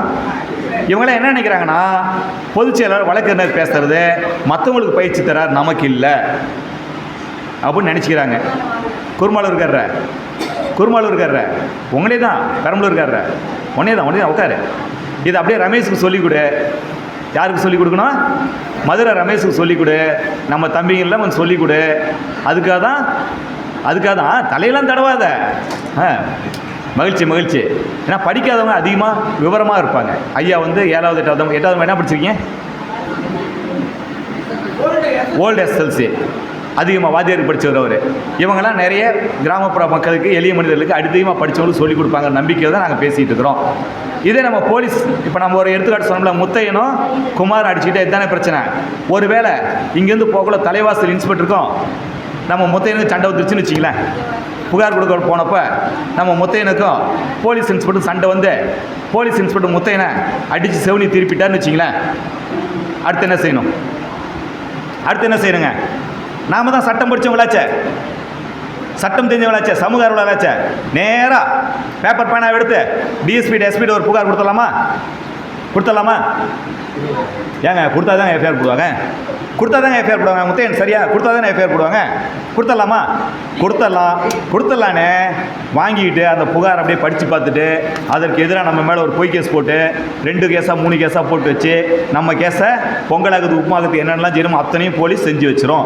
அதனால் என்ன பண்ணோம்னா, முத்தையன் வலிக்குதுன்னு கூட சத்தம் போடக்கூடாது. போலீஸ் ஸ்டேஷனில் அடி வாங்கின முத்தையன் என்ன பண்ணோம்? போலீஸ்க்கு அடி வாங்கிட்டு வலிக்குதுன்னு கூட சொல்லக்கூடாது. அமைதியாக என்ன பண்ணோம்னா, டவுன் பஸ் ஏறி ஒரே ஓட்டம் ஒரு 50 கிலோமீட்டர் வெளியே போயிடணும். எவ்வளோ தூரம் ஓடி போயிடணும்? ஆமாம், இந்த டிஸ்ட்ரிக்ட் விட்டு சேலம் மாவட்டத்துக்கு ஓடி போயிடணும். போயிட்டு கள்ளக்குறிச்சி மாவட்டத்தில், பெரம்பலூர் மாவட்டத்தில், கடலூர் மாவட்டத்தில், திருவண்ணாமலை மாவட்டத்தில் எங்கேயாச்சும் ஒரு 50 கிலோமீட்டர் அந்தாண்ட போய் ஒரு தர்மாஸ்பத்திரியில் கவர்மெண்ட் ஹாஸ்பிட்டலில் இறங்கி நேராக கவர்மெண்ட் ஹாஸ்பிட்டலில் போய் வைத்தியம் பண்ண சொல்லி கேட்கணும். அங்கே எக்காரணத்தை கொண்டும் போலீஸ்கார் அடிச்சிட்டாரு. யார் அடிச்சிட்டாங்க? இன்ஸ்பெக்டர் அடிச்சிட்டாரு, லத்தியிலே அடிச்சிட்டாரு, போலீஸ் ஸ்டேஷனில் வச்சு அடிச்சிட்டாரு சொல்லக்கூடாது. ஏன்னா அரசாங்க டாக்டரும் போலீஸும் யார்? சகோதரர்கள், அரசு ஊழியர்கள். அப்படிங்குள்ள இவன் அவனை காப்பாற்றுவான். இந்தியாவில் எங்கே போனாலும் காப்பாற்றுவான். அதனால் என்ன பண்ணோம்னா, தலைவாசலில் ஆத்தூர் மெயின் ரோட்டில் நேஷனல் ஹைவேவில் ஒரு எனக்கு தெரிஞ்ச நண்பர் ஒருத்தர், எனக்கு தெரிஞ்ச ஆள் ஒருத்தர் குச்சிலே அடிச்சிட்டாரு. போலீஸ் ஸ்டேஷன் சொல்லக்கூடாது. போலீஸ் ஸ்டேஷன் இங்கே தலைவாசல் எங்கே இருக்குது? மெயின் ரோட்டில் இருக்குது. நேஷனல் ஹைவேவில் ஆத்தூர் மெயின் ரோடு தானே. அது என்ன மெயின் ரோடு? ஆத்தூர் மெயின் ரோடா விழுப்புரம் மெயின் ரோடு இல்லை, கள்ளக்குறிச்சி மெயின் ரோட்டில் எனக்கு தெரிஞ்ச ஒருத்தர் இன்ஸ்பெக்டர் சொல்லக்கூடாது. லத்தியில் அடிச்சிட்டான்னு சொல்லுவாங்க, குச்சியில் அடிச்சிட்டாரு. போலீஸ் ஸ்டேஷனுக்கு பதிலாக இடத்த சொல்லியாச்சு. இன்ஸ்பெக்டருக்கு பதிலாக எனக்கு தெரிஞ்சால், இன்ஸ்பெக்டர் நமக்கு தெரிஞ்சவர் தானே, நண்பன் தானே. காவல்துறை நம்ம நண்பன் தானே, இன்ஸ்பெக்டர் நம்ம நண்பன் தானே. எடுத்துக்காட்டுக்காக சொல்லிடுவாங்க. தலைவாசல் காவல்துறை நல்லவங்க, அவங்க அப்படிலாம் மாட்ட மாட்டாங்க. எடுத்துக்காட்டுக்காக சொல்லிட்டு இருக்கிறோம். என்ன முத்தையா சொல்கிறது புரியுதா? என்ன பண்ணால் மருத்துவமனையில் போலீஸ் அடிச்சுன்னு சொல்லக்கூடாது, போலீஸ்கார் அடிச்சான்னு சொல்லக்கூடாது, போலீஸ் ஸ்டேஷன் வச்சு அடிச்சான்னு சொல்லக்கூடாது, லத்தியில் அடிச்சான்னு சொல்லக்கூடாது. எனக்கு தெரிஞ்ச நபர் இந்த அட்ரஸில் என்னைய அடிச்சிட்டாரு, தடியிலே அடிச்சிட்டாரு, எனக்கு மூஞ்சி மோரை பேர்ந்து போச்சு, பல்லு விழுந்துருச்சு, எனக்கு வைத்தியம் பரியன்னு சொன்னால் ஹாஸ்பிட்டலில் உங்களுக்கு உள்நோயாலே சேர்த்திக்குவாங்க, அல்லது ஏஆர்டி போட்டு கொடுத்து வைத்தியம் பார்ப்பாங்க. நீங்கள் அடுத்து என்ன பண்ணணும்னா, ஹாஸ்பிட்டல் சேர்ந்துட்டு வைத்தியம் பார்த்துக்கணும். அங்கே போலீஸ் வந்து உங்களுக்கு விசாரிப்பாங்க. தலைவாசல் போலீஸ் வந்து மிஸ்டர் முத்தையா என்ன பண்ண சொல்லுப்பான்னு கேட்பாங்க, வாக்குமூலம் சொல்லுப்பான்னு கேட்பாங்க. போலீஸ் வரக்குள்ள நாம் வாக்குமூலம் தந்துடக்கூடாது. வழக்கமாக அடுத்தவங்க அடித்தானா வாக்குமூலம் தரணும். போலீஸுக்கு எதிராக வாக்குமூலம் போலீஸ்கிட்ட தரக்கூடாது. பங்காளிகிட்டே பஞ்சாங்கம் பார்க்கக்கூடாது. எதிர்கிட்ட தலையை கொடுத்துடக்கூடாது. கொடுத்தா மாட்டிக்கும். என்ன பண்ணணும்னா பேண்டணும். அடித்ததில் வாய் வரல, பேச்சு வரல, நான் பேச மாட்டேன் போய் அப்படின்னு அனுப்பிடணும். அனுப்பிட்டு பேப்பர் பேனை எடுத்து அழகாக ஒரு கம்ப்ளைண்ட் எழுதி தபாலில் அனுப்பிடணும். முடிஞ்சால் 2 நாள் லேட்டாக அனுப்பணும், உடனே அனுப்பக்கூடாது. முடிஞ்சால் 2 நாள் லேட்டாக அனுப்பணும், அவசர சுட அனுப்பக்கூடாது. பேப்பர் போய் கிடைச்சவொன்னே நமக்கு எதிராக 4 எஃப்ஐஆர் போட்டு வைப்பான், அவனை காப்பாற்றிக்குவான். கொஞ்சம் லேட் பண்ணணும். லேட் பண்ண வரைக்கும் அவனுக்கு ஆபத்து, நமக்கு நல்லது. லேட் பண்ண வரைக்கும் யாருக்கு ஆபத்து? போலீஸ்க்கு ஆபத்து, நமக்கு நல்லது. இதில் வேகப்படுத்தக்கூடாது. ஒரு புகார் எழுதி அனுப்பியாச்சு தலைவாசல் போலீஸுக்கு. தலைவாசல் இன்ஸ்பெக்டர் மேலே எஃப்ஐஆர் போட சொல்லி ஒரு புகார் அனுப்பியாச்சு. தலைவாசல் இன்ஸ்பெக்டர் அவர் மேலே எஃப்ஐஆர் போடுவாரா? தலைவாசல் இன்ஸ்பெக்டர் அவருக்கு மேலே எஃப்ஐஆர் போட்டுவாரா? போட மாட்டார்ல. 7 நாள் வெயிட் பண்ணுங்கள். 7 நாள் கழிச்சு நம்ம என்ன பண்ணுவோம்? எஸ்பி ஒரு தபால் அனுப்பிட்டோம். 10 நாள் வெயிட் பண்ணோம். கோர்ட்டில் கொடுத்தோம். கோர்ட் உத்தரவு போட்டுடுச்சா? எஃப்ஐஆர் போட்டுருவாங்களா? தலைவாசல் இன்ஸ்பெக்டர் மேலே தலைவாசல் போலீஸ் ஸ்டேஷனில் ஏடையா எஃப்ஐஆர் போட்டுவார். யார் எஃப்ஐஆர் போடுவாங்க? எஸ்ஐ ஏடையா இன்ஸ்பெக்டர் மேலேயே ஒரு எஃப்ஐஆர் போட்டுவார். இன்ஸ்பெக்டர் போய் ஏடையா சொல்லுவார், ஐயா A1 ஃபர்ஸ்ட் அக்யூஸ்டுங்க அந்த இன்ஸ்பெக்டருங்க, தலைவாசல் இன்ஸ்பெக்டர் மேலேங்க கிரைம் நம்பர் 410லைங்க 420 கிரைம் நம்பர்லைங்க இன்ஸ்பெக்டர் மேலேங்க இன்ஸ்பெக்டர் அக்யூஸ்டாக காட்டிங்க எஃப்ஐஆர் ஒன்று போட்டுருங்க அப்படின்னு அவர்கிட்டயே அக்யூஸ்ட் 4 பேர் சொல்லி எஃப்ஐஆர் காட்டுவார். அவருக்கு அடி வயிறுலாம் எரியும், ஆனால் எரிச்சலை காட்ட முடியாது. இது ஒரு கேஸ் போட்டாச்சா? இப்போ பாதிக்கப்பட்ட முத்தையன் என்ன பண்ணுவார்னா, அடுத்து தமிழ்நாட்டில் மனித உரிமை ஆணையம்னு ஒன்று இருக்குது, சென்னையில், டெல்லியில் தேசிய மனித உரிமை ஆணையம்னு ஒன்று இருக்குது. இங்கெல்லாம் கேஸ் கொடுக்கறதுக்கு நேரில் போக தேவையில்லை. உட்காந்துட்டு மொபைல் எடுத்து நம்ம செல் எடுத்து national human rights commission type பண்ணிங்கன்னா தேசிய மனித உரிமை ஆணையம் வந்துடும். ஸ்டேட் ஹியூமன் ரைட்ஸ் கமிஷன் சொல்லி டைப் பண்ணிங்கன்னா ஆங்கிலத்தில் அல்லது தமிழில் டைப் பண்ணாலும் நம்முடைய மனித உரிமை ஆணையத்தினுடைய இணையதளம் வந்துடும். அதில் போயிட்டு நம்முடைய கேஸை ஃபைல் பண்ணலாம். இப்போ பேசிகிட்டு இருந்த நேரத்துக்கு இந்நேரம் கேஸை பதிவு பண்ணிடலாம். மனித உரிமை ஆணையம் என்ன சொல்லுதுன்னா, ஒரே நேரத்தில் தமிழ்நாட்டிலையும் டெல்லியிலையும் சென்னையிலையும் டெல்லியிலையும் ஒரே நேரத்தில் 2 கேஸ் போடக்கூடாது. எங்கேயா ஒன்று தான் கேஸ் போடணும்னு சொல்லுது. ஆனால் நீங்கள் 2லேயுமே கேஸ் போடலாம். காப்பி பண்ணுறீங்க, பேஸ்ட் பண்ணுறீங்க, அனுப்பிவிட்டிங்கன்னா கொஞ்சம் டேட்டா கேட்கும், பேர், அப்பா பேர், வயசு, செல் நம்பர், மெயில் ஐடின்னு கேட்க, இதெல்லாம் பதிவு பண்ணிங்கன்னா பேசுகிற நேரத்தில் தமிழ்நாடு மனித உரிமை ஆணையத்துக்கு புகார் கொடுத்துடலாம். பேசுகிற நேரத்துக்கு தேசிய மனித உரிமை ஆணையத்தில், அகில இந்திய தேசிய மனித உரிமை ஆணையம் டெல்லியில் இருக்கக்கூடிய ஆணையத்துக்கு கேஸை போட்டலாம். 2 கேஸும் நம்ம தமிழ்நாட்டுக்கு வந்துடும், சென்னைக்கு வந்துடும், விசாரணைக்கு வரும், பொறுமையாக வரும். விசாரணைக்கு வரும், பொறுமையாக சீனியாரிட்டி பெரிய வரும், கட்டாயம் விசாரணைக்கு வரும். நம்ம இன்ஸ்பெக்டர் கூப்பிட்டு தங்குவாரை விட்டு நஷ்டீடு வாங்கி தருவாங்க, அபராதம் போடுவாங்க. என்ன பண்ணுவாங்க? நஷ்டீடு வாங்கி தருவாங்க, அபராதம் போடுவாங்க, அவர் மீது ஒழுங்கு நடவடிக்கை பரிந்துரை பண்ணுவாங்க. ஏன் அவங்க 2 பேர்த்தையும் கொஞ்சம் அப்படியே வெளியே போய் பேச சொல்லுங்க. கொஞ்சம் ஒரு 5 நிமிஷம் அப்புறமா பேசுங்க. இப்போ 2 கேஸ் ஆச்சா? முதல் கேஸ் எஃப்ஐஆர் போட்டாச்சு, 2வது கேஸ் மனித உரிமை ஆணையத்தில் புகார் கொடுத்தாச்சா? இப்போ நம்ம முத்தையனுக்கு செவனி திரும்பி போச்சுல, பல்லு விழுந்து போச்சுல, அதுக்கு நஷ்டீடு கேட்டு சிவில் கோர்ட்டில் நஷ்டீடு கேட்டு கேஸ் போடலாம். எவ்வளோ நஷ்டீடு கேட்கலான்னா, லட்சத்துக்கு 3000 ரூபா கோர்ட் ஃபீஸ் கட்டணும். எவ்வளோ வேணாலும் கேட்கலாம். ஏன்னா மன உளைச்சல் ஆகிடுச்சில், அடிப்பட்டதில், செவனி திரும்பினதில், நாமெல்லாம் என்ன முத்தையா இன்ஸ்பெக்டர் அடிச்சிட்டாரான்னு கேட்டதில் அவருக்கு மன உளைச்சல் ஆகிடுச்சில்ல, இந்த மன உளைச்சலுக்கு, காயங்களுக்கு எவ்வளோ வேணாலும் நஷ்டீடு கேட்கலாம். எவ்வளோ கோர்ட் ஃபீஸ் கட்ட முடியுமோ அந்தளவு கேட்டுக்கலாம். இந்த கோர்ட் ஃபீஸ் கட்டாமலும் நீ ஜட்ஜிட்ட, ஐயா கோர்ட் ஃபீஸ் கட்டுறது வசதி இல்லை, நஷ்டீடு வாங்கி கொடுங்க, அப்புறம் கவர்மெண்ட் கட்ட வேண்டிய கோர்ட் ஃபீஸ் அப்புறம் கட்டணும்னு சொல்லிட்டு ஜட்ஜிட்டு கேட்டு 1 கோடி ரூபாய்க்கு கூட நஷ்டீடு போடலாம், 5 கோடி கூட போடலாம். எத்தனை கேஸ் ஆச்சுங்க? 3 ஆயிடுச்சா? இப்போ இன்ஸ்பெக்டர் வந்து யூனிஃபார்மில் ஒரு பொதுமக்களை அடித்தது சரியா தப்பா? இது ஒழுக்கமான வேலையா, ஒழுக்கம் கட்ட வேலையா? ஒரு இன்ஸ்பெக்டர், ஒரு அரசாங்க ஊழியர் அரசாங்க வேலையை செய்ய ஒழுக்கக்கேடாக வேலையை செஞ்சுட்டான், அவன் மேலே ஒழுங்கு நடவடிக்கை எடுக்குன்னு சொல்லிட்டு இன்ஸ்பெக்டருக்கு மேலே இருக்கிற காவல்துறை ஊழியர்கிட்ட, காவல்துறை அதிகாரிகிட்ட புகார் கொடுத்தீங்கன்னா ஒழுங்கு நடவடிக்கை கட்டாயம் வரும். முதல்ல அவரை ஆயுதப்படைக்கு அனுப்புவாங்க, காத்திருப்போர் பட்டியலுக்கு அனுப்புவாங்க, அல்லது அவருடைய பணிப்பதிவேட்டில் மெமோ கொடுத்து ஏதோ ஒரு வகையில் அவர் மேலே ஒழுங்கு நடவடிக்கை கட்டாயம் எடுப்பார்கள். கட்டாயம் ஒழுங்கு நடவடிக்கை எடுப்பாங்க. எடுத்து ஒழுங்கு நடவடிக்கை விஷயத்தை உங்ககிட்ட சொல்ல மாட்டாங்க. ஒழுங்கு நடவடிக்கை எடுத்து விஷயத்தை உங்ககிட்ட சொல்ல மாட்டாங்க. கட்டாயம் ஒழுங்கு நடவடிக்கை. இப்போ எத்தனை ஆச்சுங்க? 4 ஆயிடுச்சா? பாதிக்கப்பட்டவர் பழங்குடி சமுதாயத்தை சார்ந்தவராக, தாழ்த்தப்பட்ட சமுதாய பட்டியலினத்தை சார்ந்தவராக இருந்தால் SC/ST கமிஷனில் புகார் தரலாம். பாதிக்கப்பட்டவர் பெண்ணாக இருந்தால் மகளிர் ஆணையத்தில் கேஸ் தரலாம். பாதிக்கப்பட்டவர் மாற்றுத்திறனாளியாக இருந்தால் மாற்றுத்திறனாளி ஆணையத்தில் புகார் தரலாம், மாற்றுத்திறனாளி கமிஷனர்கிட்ட புகார் தரலாம், கேஸ் தரலாம். இப்போ எத்தனை கேஸ் ஆச்சுங்க? 7, 8 ஆயிடுச்சா? சாதாரண குமாரும் சாதாரண முத்தையன் அடிச்சுட்டா ஒத்த கேஸில் முடிஞ்சு போச்சு. ஒரு அரசு ஊழியர் உங்களுக்கு எதிராக சட்டத்தை தவறாக பயன்படுத்தினால், ஒரு அரசு ஊழியர், அது பஞ்சாயத்து கிளர்க்காக இருக்கட்டும், விஓவாக இருக்கட்டும், எந்த அரசாங்க ஊழியராக இருக்கட்டும், உங்களுக்கு எதிராக சட்டவிரோதமாக ஒரு வேலையை செஞ்சாங்கன்னா அவர்கள் மீது நீங்கள் இத்தனை கேஸை போடலாம். இது வரைக்கும் நீங்கள் பயன்படுத்துனதில்லை, நாம் பயன்படுத்துனதில்லை. பயன்படுத்த ஆரம்பித்தா அவங்க நிலைமை யோசிச்சு பாருங்கள். இதை மென்மையாக செய்ய வேண்டும். கோபப்படக்கூடாது, ரோசப்படக்கூடாது. நான் எடுத்துக்காட்டு சொன்னப்போ சொன்னேன், முத்தையனை அடிச்சிட்டார் ஆய்வாளர். முத்தையன் என்ன பண்ணும், வலிக்குதுன்னு கத்தக்கூடாது, கோபத்தை காட்டக்கூடாது, திருப்பி திட்டக்கூடாது, எதிர்வினை ஆட்டக்கூடாது. என்ன பண்ணும், புலி பாய்வது தப்பா சொல்லிட்டேன். நான் தூக்கத்தில் இருக்கிறேன், தூங்கிட்டே பேசிக்கிறேன். அந்த டீயை பார்த்தோன்னே எனக்கு மூடு மாறி போச்சு. நான் பேசக்கூட தான் அங்கே டீயை கொடுப்பாங்க, இறங்கணும்னு தர மாட்டாங்க, சூடு இல்லாமல் தருவாங்க. அந்த ஞாபகத்திலேயே நான் பார்த்து சொல்லிட்டேன். புலி பதுங்குவது பாய்வதற்காக. புலி பதுங்கினாதான் பாய்ந்து இரையை வேட்டையாட முடியும். பதுங்காத புலி, பதுங்காத பூனை, பதுங்காத எந்த விலங்கினமும் வேட்டையாட முடியாது. நீங்கள் வேட்டையாடணும்னா பதுங்கணும். அதற்கு பேர் தைரிய குறைவு கிடையாது. நம்மை நாம் வெற்றி பெறுவதற்கு தயார் செய்து கொள்ளக்கூடிய வழிமுறை. இதுக்கெல்லாம் எவ்வளோ செலவாகும் சொல்லுங்கள்? இதுக்கெல்லாம் எவ்வளோ செலவாகும்? ஒன்றும் பெருசாக ஆகாது. ஒரு பேப்பர் பேனா சின்னதாக செலவாகும். அப்படியே அவருக்கு செலவு யோசிச்சு பாருங்க. அரசு ஊழியருக்கு செலவு யோசிச்சு பாருங்க. அவர் ஒரு வழக்கறிஞர் ஆகிட்ட போவார், வக்கீல் ஆகிட்ட போவார். சின்ன வக்கீல்கிட்டே போவாரா? பெரிய வக்கீல்கிட்டே போவார். அவர் பார்ப்பார், இன்ஸ்பெக்டர் மாதம் எவ்வளோ சம்பளம், மாதம் எவ்வளோ வருமானம், தலைவாசல் நல்ல ஒரு நேஷனல் ஹைவே ஓரத்தில் இருக்குது, ஆத்தங்கரையில் இருக்குது, நல்ல மணல் இருக்குது, நல்ல லாட்ரி இருக்குது, நல்ல வருமானம் இருக்குது. மாதம் 1 லட்ச ரூபா சம்பளம், மாதம் 5 லட்சம் உண்டு. ஒரு 3 மாத சம்பளத்தை ஃபீஸாக வாங்கலாமான்னு அவர் கணக்கு போடுவாரா? ஒவ்வொன்றுக்கும் 3 மாத சம்பளம் போட்டால் தீட்டினா மீட்டர் எங்கே போய் நிற்கும்? அதுக்கு பின்னாடி அவர் யாரையாச்சும் அடிக்கணுங்க என்ன வருமா? நமக்கு நீதி கிடைக்குதோ இல்லையோ, அந்த ரிட்டையர்ட் ஆகிற வரைக்கும், யூனிஃபார்ம் கழட்டுற வரைக்கும் அந்த மனுஷன் எவனையாச்சும் கையை ஒவ்வொன்று நினைப்பானா? என்ன வருமா? வரவே வராதில்ல. இந்த வேலையை நாம் செய்யறதில்ல. அவங்க நிம்மதியாக மாமூல் வாழ்க்கையை நடத்திட்டு இருக்காங்க. இப்போ சொல்லுங்க, அப்படியே அங்கே முத்தையனை முறைச்சிட்டு இருக்காரு.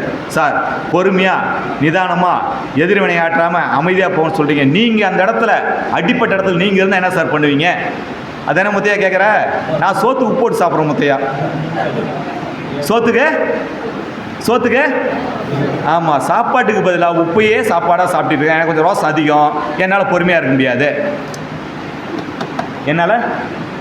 என்னால் அமைதியாக இருக்க முடியாது, பொறுமையாக இருக்க முடியாது.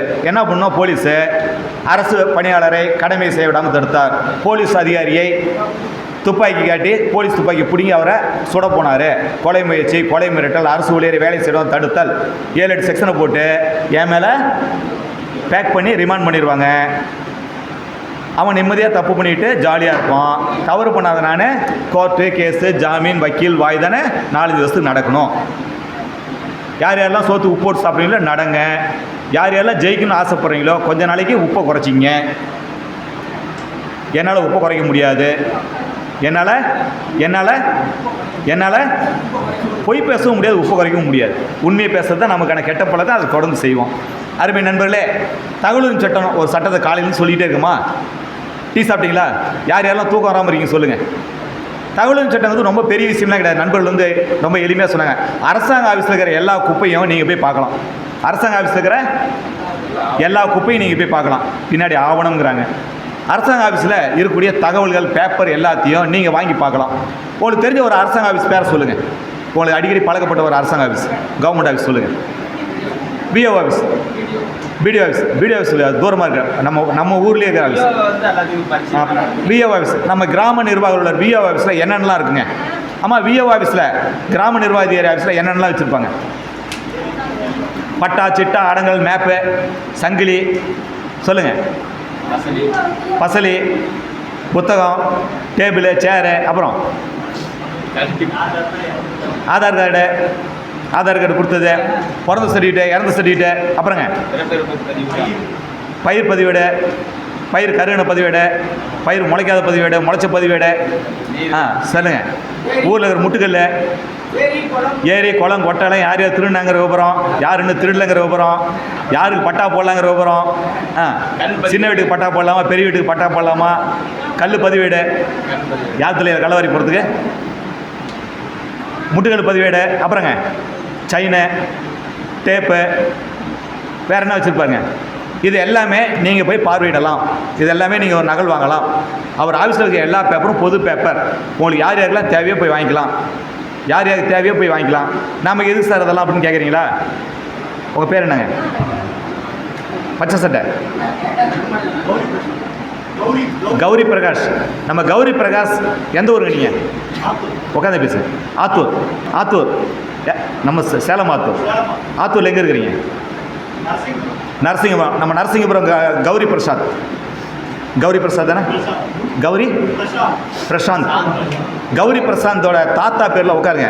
நரசிங்கபுரத்தில் ஒரு சொத்து ஒன்று இருந்ததா சொல்கிறாங்க, அவருக்கு தெரியாது. யார் பேரில்? கௌரி பிரசாந்தோடைய தாத்தா பேரில் சொத்து ஒன்று வச்சு அவங்க தாத்தா காலத்திலே வித்துட்டார். ஏதோ நடந்துருச்சு. அவங்க அப்பா கிட்ட துண்டு சீட்டு கூட இல்லை. பத்திரம், சிட்டா, அடங்கல், பட்டா, மேப்பு இப்போ எதுவுமே அவங்க அப்பா கிட்ட இல்லை. இப்போ இவர்கிட்ட இருக்குமா? இவங்க தாத்தாவோட ஃப்ரெண்டு ஒருத்தர் சொன்னார், சாவர காலத்தில் அவங்க தாத்தாவோட ஃப்ரெண்டை பார்க்க போயிருக்காரு ஆஸ்பத்திரிக்கு. அந்த பெரியவர் சொன்னார், தம்பி கௌரி பிரசாத், உங்கள் தாத்தாவுக்கு நரசிங்கம்பாளையத்தில் வசிஷ்ட நதி கரையில் தம்பி 70 ஏக்கர் நிலம் இருந்துச்சு தம்பி. அதெல்லாம் தம்பி உங்கள் தாத்தா விட்டுட்டு கண்ணு மெட்ராஸுக்கு போனார் கண்ணு, அதெல்லாம் எடுத்தினார் கண்ணு, உனக்கு சொத்து வந்துருங்கண்ணு, எடுத்து கொஞ்சம் உன் பேரன் பேத்திலாம் குர்ரா தம்பி ஒன்று தாத்தா சொல்லிட்டார். தாத்தாவோட ஃப்ரெண்டு தாத்தா சொல்லிட்டார். இப்போ கௌரி பிரசாத்துக்கு தாத்தா பேரில் 70 ஏக்கர் நஞ்ச இடம் ஆத்தங்கரையிலேருந்து தெரிஞ்சு போச்சு. இப்போ இதை கண்டுபிடிக்கணும். ரொம்ப ஈஸியான விஷயம். ஆத்தூர் தாசில்தாருக்கு ஒரு லவ் லெட்டர். என்ன லெட்டர்? தகவல் உரிமை சட்டத்தில் ஆத்தூர் தாசில்தாருக்கு நரசிங்கபுரம் விஓவுக்கு ஒரு லெட்டர் ஒன்று. இந்த மாதிரி எங்கள் தாத்தா பேரில் நரசிங்கபுரத்தில் ஆத்தங்கரையில் உப்பு ஓடைக்கு பக்கத்தில் 70 ஏக்கர் நிலம் இருந்துச்சு. அந்த நிலத்தோட பட்டா நம்பர் என்ன சொல்லுங்கள், சர்வே நம்பர் என்ன சொல்லுங்கள், அந்த இடத்தோட மேப்பை எனக்கு தகவல் உரிமை சட்டத்தில் கொடுங்க அப்படின்னு ஒரு லெட்டர் எழுதி ஆத்தூர் தாசில்தார் அனுப்புனார்னா அவர் முன்சிப்புக்கு அனுப்பி முன்சிப்பிட்டு இந்த விவரத்தெல்லாம் வாங்கி கொடுப்பாரு. இப்போ நம்ம கௌரி பிரசாத்துக்கு சர்வே நம்பர் தெரியாது. இவர் கூப்பிட்ட சர்வே நம்பர் என்ன பண்ணலாம் கேட்க முடியாது. இவர் தாத்தா காலம் என்ன ஒரு 3 தலைமுறைக்கு முன்னாடி ஒரு தாத்தா பேரில் இருக்கிற ரெக்கார்டை தேடி என்று எடுத்து கண்டுபிடிச்சி சொல்லணும். கண்டுபிடிச்சி சொல்லணும். சொல்ல வேண்டிய கடமை விஓவுக்கு தாசில்தாருக்கு இருக்குது. வெறும் 10 ரூபா செலவில் தாத்தாவோட சொத்தை கண்டுபிடிச்சலாம். இதை கண்டுபிடிச்ச பிறகு தம்பி கௌரி பிரசாத்துக்கு ஒரு சந்தேகம். தாத்தா பேர் பட்டாவில் இருக்குது, மேப்பில் இருக்குது, சிட்டாவில் இருக்குது, அடங்கல் இருக்குது. தாத்தாவுக்கு இந்த சொத்து எப்படி வந்துச்சு விசாரிக்கிறார். விசாரிக்கக்குள்ள அவங்க தாத்தாவோட ஃப்ரெண்டு ஒருத்தர் சொல்கிறாரு, தம்பி உங்கள் தாத்தா கௌரி பிரசாத்துக்கு, உங்கள் தாத்தாவுக்கு கௌரி பிரசாத் தம்பி, உங்கள் தாத்தாவுக்கு தாத்தா பேர் என்னமா? ராஜாவா? உங்கள் தாத்தா ராஜாவுக்கு கெட்டி முதலின்னு ஆத்தூர் கோட்டை கட்டின ராஜாவோட வம்சாவளி ஜமீன் காலத்தில் பட்டயம் கொடுத்தாங்களாம் தம்பி. யார் காலத்தில்? ஜமீன் காலத்தில் பட்டயம் கொடுத்தாங்களாம் தம்பி. அந்த பட்டயத்தில் தான் அந்த 70 ஏக்கர் சொத்து இருந்துச்சான் தம்பின்னு சொல்லிட்டாங்கன்னு வச்சிங்களேன். இது தெரிஞ்சு போச்சு. இதை கண்டுபிடிக்கணும்னா நம்ம தாசில் ஒரு லெட்டர் ஒன்று, எப்பா கெட்டி முதலிய ராஜா காலத்தில் எங்கள் தாத்தாவுக்கு தாமிர பட்டயம் கொடுத்துருக்காங்க, அந்த தாமிர பட்டயத்தை காப்பி ஒன்று கொடு. வெள்ளக்காரங்காலத்து சிட்டா அடங்கல் காப்பி, ஆர்எஸ்ஆர் எஸ்எல்ஆர் காப்பிலாம் கொடு அப்படின்னு பழைய காலத்து ரெக்கார்டெலாம் கேட்டால் தாலுகா ஆஃபீஸில் விஓ ஆஃபீஸில் இருக்கிறத தேடி எடுத்து உங்களுக்கு தரணும். இதெல்லாம் கிடைச்ச பிறகு கௌரி பிரசாத் கம்முன்னு இருப்பாரா? சொத்தை மீட்டு வரல, கண்டுபிடிச்சிருவார்ல, கண்டுபிடிக்க முட்டுவாரா? இதெல்லாம் வாங்குறதுக்கு என்ன வேணும்னா ஒரு 10 ரூபா ஸ்டாம்பு, ஒரு வெள்ளை பேப்பரில் ஒரு லெட்டர் எழுதி கொடுத்தா விஓ ஆஃபீஸில் தாசில்தார் ஆஃபீஸில் உங்களுக்கு கொடுத்தாகணும். இப்போ தாலுகா ஆஃபீஸில் இந்த பேப்பர்லாம் இருக்குன்னு சொன்னோம்ல, இந்த பேப்பர் தான் தகவல். இந்த பேப்பர் தான் ஏன் பெரியவரை கொஞ்சம் அமைதியாக இருங்களேன். இது பேர் என்னங்க? தகவல். கவர்மெண்ட் ஆஃபீஸில் இருக்கிற எல்லா பேப்பரும் தகவல். கவர்மெண்ட் ஆஃபீஸில் இருக்கிற எல்லா பேப்பரும் தகவல். கவர்மெண்ட் ஆஃபீஸில் என்னென்ன பேப்பர் இருந்துச்சு? புத்தகம் இருந்தது, கம்ப்யூட்டர் இருந்தது, செல்ஃபோன் வச்சுருந்தாங்க, டேபிள் இருந்துச்சு, சேர் இருந்துச்சு, அங்கே ஒரு மனுஷன் ஃபைல்லாம் வச்சுட்டு இருக்கிறான். இது எல்லாமே என்ன பேப்பர்? தகவல். இந்த தகவலை நீங்கள் வாங்கி பார்க்கலாம், நகல் வாங்கிக்கலாம். என்ன வடிவத்தில் இருக்கோ இருக்கிற மாதிரியே ஒரு நகலை நீங்கள் வாங்கிக்கலாம். இதுக்கு பேர் தான் தகவல் உரிமை சட்டம். என்னெல்லாம் வாங்க முடியாதுன்னா இராணுவ ரகசியத்தை வாங்க முடியாது. என்ன ரகசியத்தை வாங்க முடியாது? இராணுவ ரகசியத்தை வாங்கி நீங்களாம் என்ன பண்ண போகிறோம்? இராணுவ ரகசியம் நமக்கு தேவையில்லாத வாங்கி எதாவது பண்ண போகிறோமா? நம்ம எதாவது மிலிட்ரி பார்த்துருக்கோமா? நம்ம பக்கத்து வீட்டுக்கார் மிலிட்ரிக்கார் ஒருத்தர் இருக்கார், வரக்குள்ள ரம்மு ஜின்னு ஒன்று தருவார். அதை தாண்டி மிலிட்ரிக்கு நமக்கும் தொடர்பு இல்லை. இராணுவ ரகசியத்தை நம்ம கேட்க போதில்லை. ஆனால் இராணுவம் என்ன சொல்லுதுன்னா, சீனாக்காரனை கூட நாங்கள் விறகு கட்டிலே அடித்து துரத்தணும், பாகிஸ்தான்காரனை கூட நாங்கள் விடிய ட்ரோன் விட்டு அடித்து துரத்தணும். பாகிஸ்தான் மிலிட்ரி ஏற்று போராட முடியுது, சீனாக்காரனை கூட போராட முடியுது. ஆனால் இந்த ஆர்டிஐ பேப்பரை பார்த்தா மட்டும் பயமாக இருக்குன்னு இராணுவமே புலம்புது. அந்த அளவுக்கு தகவல் சட்டம் பவர்ஃபுல்லான சட்டம். இராணுவ ரகசியத்தையும் கேட்கலாம். எதை கேட்க முடியாதுன்னு பார்த்தீங்கன்னா, நம்ம சிஐடி போலீஸ்கார் இங்கே வந்திருக்காரு. யார் வந்திருக்காங்க? உளவுத்துறை சிஐடி போலீஸ்கார் வந்திருக்கார், கியூ பிரான்ச்சிலேருந்து வந்திருக்கார். இந்த சிஐடி போலீஸ்கார் இங்கே வந்தவருடைய பேர் என்ன, அவர் இங்கே உட்காந்து காலையிலேருந்து எழுதிக்கிட்டே இருக்காரு, என்ன எழுதினாரு, இந்த அறிக்கையை யார்கிட்ட கொடுத்தாரு, அவருக்கு எவ்வளோ சம்பளம், இந்த மாதிரி விஷயங்கள் சிஐடி பிரான்ச்சில் கேட்க முடியாது. சிஐடியை தவிர வேறு எல்லா கவர்மெண்ட் அதிகாரிட்டையும் நீங்கள் கேட்கலாம், கவர்மெண்ட் ஆஃபீஸ்லையும் கேட்கலாம். சிஐடி கேட்டு என்ன பண்ண போகிறோம், அவர் நம்ம நண்பர் தானே, அவர் மன்னிச்சலாம் இல்லை, அவ்வளோதாங்க. இந்த மனுவை யாற்று தரணும்னா இப்போ விஓ ஆஃபீஸில் ஒரு ரெக்கார்டு இருக்குது, நம்ம ஹரிபிரசாத்துடைய தாத்தாவோட ரெக்கார்டெலாம் விஓ ஆஃபீஸில் இருக்குது. இதை வாங்கணும்னா விஓ ஆஃபீஸில் தகவல் அதிகாரியாக தாலுக்கா ஆஃபீஸில் துணை வட்டாட்சியர் இருக்கார். தாலுகா லெவலில் எல்லா விஓ ஆஃபீஸுக்கும் ரெவன்யூக்கும் தாலுகா ஆஃபீஸில் துணை வட்டார வளர்ச்சி துணை தாசில்தார் இருக்கார், தலைமை எடுத்து துணை வட்டாட்சியர் இருக்கார். ஒவ்வொரு கவர்மெண்ட் ஆஃபீஸ்லேயும் ஒரு ஆர்டிஐயில் பதில் சொல்கிறதுக்கு பொது தகவல் அதிகாரி, பேர் என்னங்க, பொது தகவல் அதிகாரின்னு ஒரு ஆஃபீஸரை, வேற ஒரு வேலை செய்கிற ஒரு ஆஃபீஸரை ஊருக்கு கிடச்ச ஒரு பிள்ளையார் கோயில் ஆண்டிங்கிற மாதிரி நமக்கு தகவல் வாங்கி தரத்துக்கு ஒருத்தரை பிடிச்சி மாட்டி விட்ருக்காங்க, கோத்து விட்ருக்காங்க. ஒரு ஏமாளியை நம்மகிட்ட மாட்டி விட்ருக்காங்க. ஒரு ஏமாளியை குப்ராஜர் அந்த 2 பேர்த்தையும் அப்படியே ஃப்ரீயாக டீயை கொடுத்து பின்னாடி உட்காந்து பேச சொல்லுங்க. அந்த 2 பேர்த்தையும், அந்த சிவப்பு தொண்டியும் அவங்க 2 பேர்த்தையும் அப்படி வெளியில் உட்காந்து ஃப்ரீயாக பேச சொல்லுங்க. அவங்களுக்கு அப்படியே இன்னொரு ரவுண்டு கூட டிஃபன் கொடுங்க, ஒரு பிரியாணி வாங்கி கொடுங்க அவங்களுக்கு. ஏதோ பிரச்சனை சிவில் கேஸோடு வந்திருக்காங்க, கடைசியாக முடிச்சுட்டு அவங்க கிட்ட கேட்கலாம், என்னன்னு கேட்கலாம். பாவம் வந்துடலாம். பொது தகவல் அதிகாரி இவர் கருப்பார்பாரா சிவப்பாரெலாம் யோசிக்க தேவையில்லை. உங்களுக்கு சந்தேகம் வருதுன்னு வச்சிங்களேன், இப்போ நம்ம ஹரிபிரசாத்துக்கு பட்டா சிட்டா அடங்கல்லாம் முனிசிபாலிட்டி இருக்குமா போலீஸ் ஸ்டேஷனில் இருக்குமா சந்தேகம் வந்துருச்சுன்னு வச்சிங்களேன், இந்த மனுவை சிட்டா பட்டா அடங்கல்லாம் கேட்டு மனுவை நம்ம ஊரை எஸ்பி ஆஃபீஸுக்கு அனுப்பிட்டார், போலீஸ் ஸ்டேஷனுக்கு அனுப்பிட்டார். அப்படின்னா போலீஸ் ஸ்டேஷனுக்கு தபால் போகுது. நரசிங்கபுரத்தில் உப்புவடைக்கு பக்கத்தில் எங்கள் தாத்தாவுக்கு 78 ஏக்கர் நிலம் இருந்துச்சு, அந்த நிலத்தோட மேப்பு பட்டா அடங்கல் சிட்டா அடங்கல் ரெஜிஸ்டர் எஸ்எல்ஆர் பதிவு எல்லாம் கொடுங்க அப்படின்னு ஒரு தகவல் கடிதாசிய மனுவை காவல்துறைக்கு ஹரிபிரசாத் அனுப்பிட்டார். எஸ்பி ஆஃபீஸில் போலீஸ் ஸ்டேஷனில் இந்த மனு வாங்கி பார்க்குறாங்க. பார்த்தோன்னே போலீஸ்கார் பார்க்குறாரு, என்ன அது பட்டா வேணுமா, சிட்டா வேணுமா, அடங்கல் வேணுமா, அதுவும் தாத்தா காலத்து ரெக்கார்டு வேணுமா, ஏப்பா இது போலீஸ் ஸ்டேஷன்ப்பா, இங்கே லத்தி இருக்குது, துப்பாக்கி இருக்குது, தோட்டா இருக்குது, பிக் பாயிட்டு இருக்கிறான், முடிச்சு வைக்கிறான், மொல்ல மாதிரி இருக்கு, அதை பற்றி கேளுங்கப்பா, அதை பற்றி கேளுங்கப்பா, பட்டா சிட்டா அடங்கல்லாம் விஓ ஆஃபீஸில் இருக்கும், அங்கே போய் கேளுங்கப்பா அப்படின்னு இந்த மனுவை கிழிச்சு போட முடியுமா, கிழிச்சு போட முடியுமா? வழக்கமாக நம்ம என்ன பண்ணுவோம், நம்ம போலீஸ் என்ன பண்ணுவாங்க, சம்மந்தம் இல்லாமல் ஒரு லெட்டர் வந்தால் எப்போ இது சம்மந்தம் இல்லாத பேப்பர் அந்த சம்மந்தப்பட்ட அதிகாரிட்ட போய் பேசிப்பான்னு சொல்லி அனுப்பிடுவாங்கல்ல. ஆனால் ஆர்டிஐ பெட்டிஷனை பொறுத்த வரைக்கும் சம்மந்தம் இல்லாத விஷயம் வேற ஆஃபீஸ் சம்மந்தப்பட்டதுன்னு சொல்லி இந்த மனுவை கிழிச்சு போட முடியாது, தூக்கி எறிய முடியாது. காவல்துறை சார்ந்தவங்க என்ன பண்ணோம்னா இந்த பேப்பர் எங்கே இருக்கும், இந்த ரெக்கார்டு எங்கே இருக்கும், இந்த ஆவணங்கள் எங்கே இருக்கும், இந்த தகவல் எங்கே இருக்குன்னு கண்டுபிடிச்சி உங்களுடைய மனுவை 5 நாளில், எத்தனை நாளுக்குள்ளார 5 நாளில் எந்த ஆஃபீஸில் இந்த பேப்பர் இருக்குன்னு கண்டுபிடிச்சி அந்த ஆஃபீஸில் இந்த தபால் அனுப்பிட்டு நமக்கு தகவல் சொல்லணும். தம்பி ஹரிபிரசாத், இது போலீஸ் ஸ்டேஷன்ப்பா, இங்கே துப்பாக்கி இருக்குது, தோட்டா இருக்குது, பிக் பாக்கெட் இருக்குது, முடிச்சு வைக்க மொல்ல மாதிரி டேட்டாலாம் இருக்குது, பட்டா சிட்டா அடங்கல் இங்கே இல்லைப்பா, இது தாலுகா ஆஃபீஸில் இருக்குது, உன் பெட்ஸனை நான் தாலுகா ஆஃபீஸ் அனுப்பிட்டேன், இனிமேல் தாசில்தாரை பிடிச்சிக்க டெப்டி தாசில்தாரை பிடிச்சி என்னை ஆளை விட்டுருப்பா அப்படின்னு ஒரு தபாலை உங்களுக்கு அனுப்பிட்டு இந்த அசல் தபாலை ஸ்டாம்பு, இந்த 10 ரூபா ஸ்டாம்பை 10 ரூபா பெட்ஸனை அச்சு அசல் அப்படியே தாலுகா ஆஃபீஸ்க்கு அனுப்பிட்டு நமக்கு தகவல் சொல்லணும். எத்தனை நாளில்? 5 நாளில். இந்த 5 நாளில் சொல்லாம விட்டா இந்த பட்டா சிட்டா அடங்கெல்லாம் தேடி கண்டுபிடிச்சி வாங்கி தர வேண்டிய வேலை போலீஸ் வேலை. தேடனை துரத்தது விட்டுட்டு நம்ம பட்டா சிட்டா அடங்கல் தேட வேண்டியதாக போயிடும். இப்போ இந்த ஆஃபீஸில் நம்ம மனு வாங்கிட்டாங்க. இந்த மனு வாங்கின பிறகு அவங்க நான் புயல் நிவாரணத்தை பார்க்க போயிட்டேன், மழை வந்துருச்சு, வெள்ளம் வந்துருச்சு, எலெக்ஷன் வந்துருச்சு, மந்திரி வந்துட்டாரு, எனக்கு நேரம் இல்லைலாம் சொல்லக்கூடாது. 30 நாளில் நமக்கு பதில் தரணும், தகவலை தரணும். எவ்வளோ நாளில்? 30 நாள். மனுவை வாங்கிட்டாரு, பெட்சன் தபாலில் வந்துச்சு, கையெழுத்து போட்டு வாங்கிட்டாரு, அல்லது ஆஃபீஸில் எவனோ ஒரு பக்கி கையெழுத்து போட்டு வாங்கிட்டான்.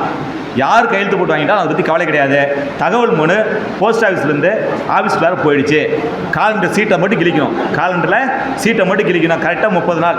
இதில் அமாவாசை கழிக்கூடாது, பௌர்ணமி கழிக்கூடாது, தீபாவளி, பொங்கல், ரம்ஜான், மிலாடி நபி, கிறிஸ்துமஸ் எதையும் கழிக்கூடாது, அரசாங்க விடுமுறை நாட்கள், சனி ஞாயிறு எதையுமே கழிக்கூடாது. 30 காலண்டர் சீட்டை கழிக்கிறார்.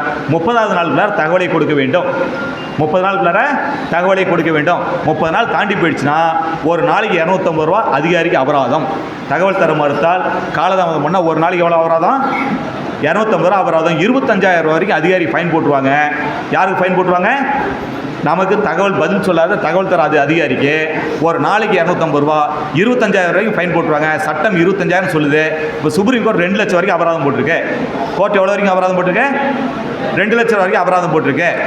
ஒருவேளை 30 நாள் நம்ம அதிகாரி பதில் தரல அப்படின்னா, நம்ம வேலைக்காரன் பதில் தரல அப்படின்னா, நாம் அதுக்கு மேலே காத்துட்டு இருக்க தேவையில்லை. அவர் பதில் வருமா வராதெல்லாம் காத்துட்டு இருக்க தேவையில்லை. 31வது நாள் மேல்முறையீட்டு அதிகாரிக்கு நாம் மேல்முறையீடு செஞ்சிடலாம். அவர் நம்ம பெட்சனை மதிக்கலை, நம்ம தபாலை மதிக்கலை, இந்திய குடிமகனை மதிக்கலை, சட்டத்தை மதிக்கலை, நம்ம மனுவை தள்ளுபடி பண்ணிட்டார்னு நினச்சிட்டு மேல்முறையீட்டு அதிகாரிக்கு மேல்முறையீடு செஞ்சிடலாம். மேல்முறையீட்டு அதிகாரி அதே அலுவலகத்தில் இருப்பார். இப்போ வருவாய்த்துறை பொறுத்த வரைக்கும் தலைமை துணை வட்டாட்சியர் பொதுத்தொழில் அதிகாரி, தாசில்தார் மேல்முறையீட்டு அதிகாரி, காவல்துறை பொறுத்த வரைக்கும் ஏடிஎஸ்பி கூடுதல் காவல் கண்காணிப்பாளர் பொதுத்தொழில் அதிகாரி, எஸ்பி மேல்முறையீட்டு அதிகாரி. இந்த மாதிரி ஒவ்வொரு ஆஃபீஸ்லையும் பொதுத்தொழில் அதிகாரி இருப்பார். அதே ஆஃபீஸில் மேல்முறையீட்டு அதிகாரி இருப்பார். ஒவ்வொரு ஆஃபீஸ் பொறுத்த வரைக்கும் மாறும். நாம் அதெல்லாம் பெருசாக மண்டை உடச்சிக்க தேவையில்லை. மேல்முறையீட்டு அதிகாரிக்கு நாம் மேல்முறையீடு செய்யலாம். மேல்முறையீடு செய்யக்குள்ள 10 ரூபா ஸ்டாம்ப் போட்டு தேவையில்லை, எந்த காசும் கட்ட தேவையில்லை. ஒரு வெள்ளை பேப்பர், சார் போன மாதம் 1ஆம் தேதி அந்த தாசில்தார்ட்ட விஓ ஆஃபீஸ் ரெக்கார்ட்லாம் கேட்டு ஒரு மனு கொடுத்தேன்.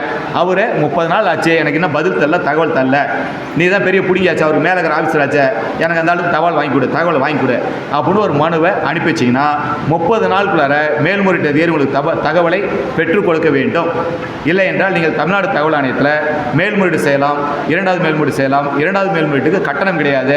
ஆன்லைன்லேயே பண்ணலாம், தபால்லேயே அனுப்பலாம். இந்த மனு அனுப்பத்தில் நேரில் போக தேவையில்லை.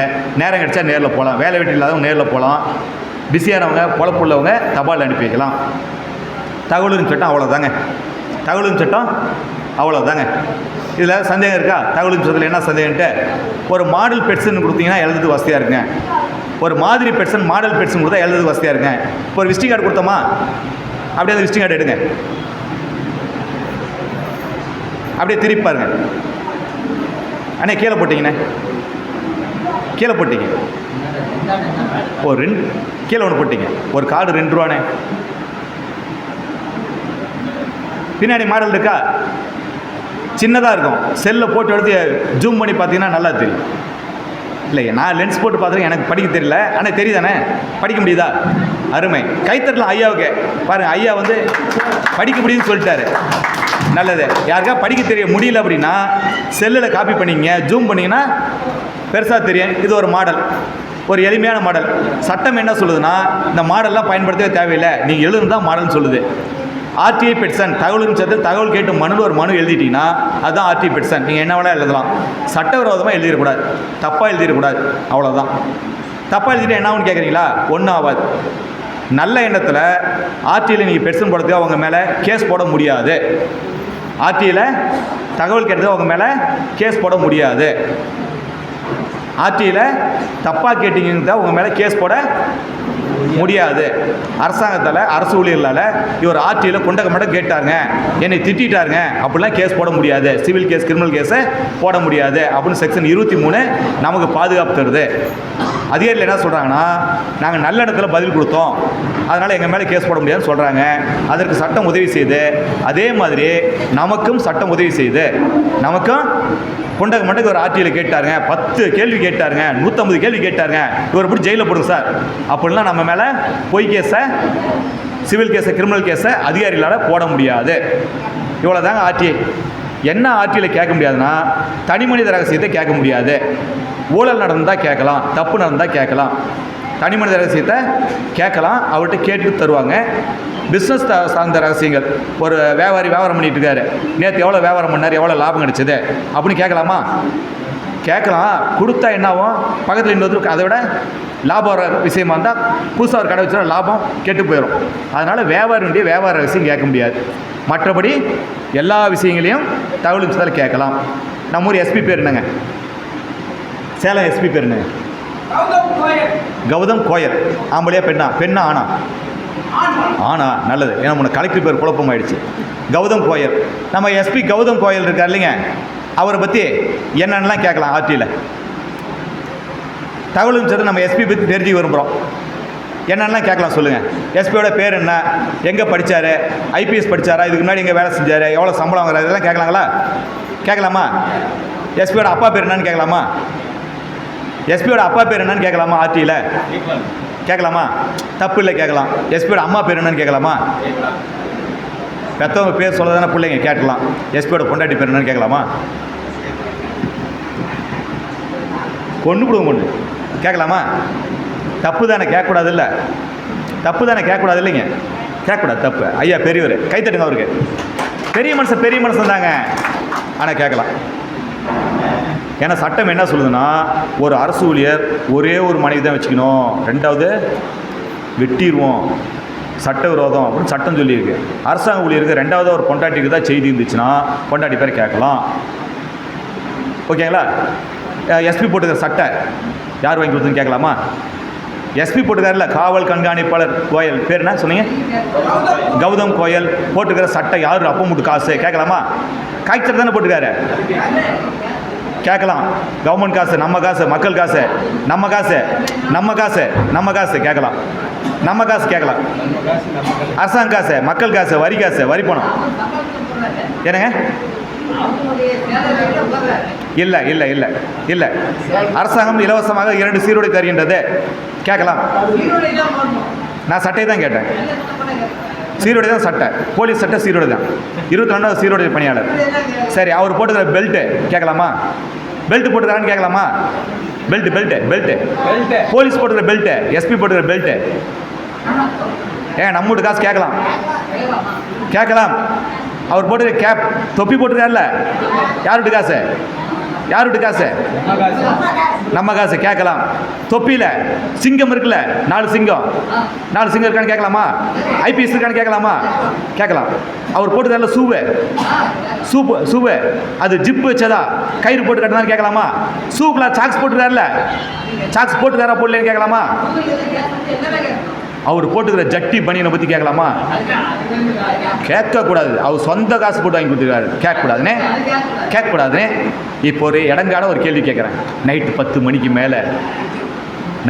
மணிக்கு மேலே எஸ்பி கோயல் அவர் பொண்டாட்டி கூட்டிகிட்டு எங்கே போனார், எப்போ திரும்பி வந்தார் கேட்கலாமா? என்னண்ணே,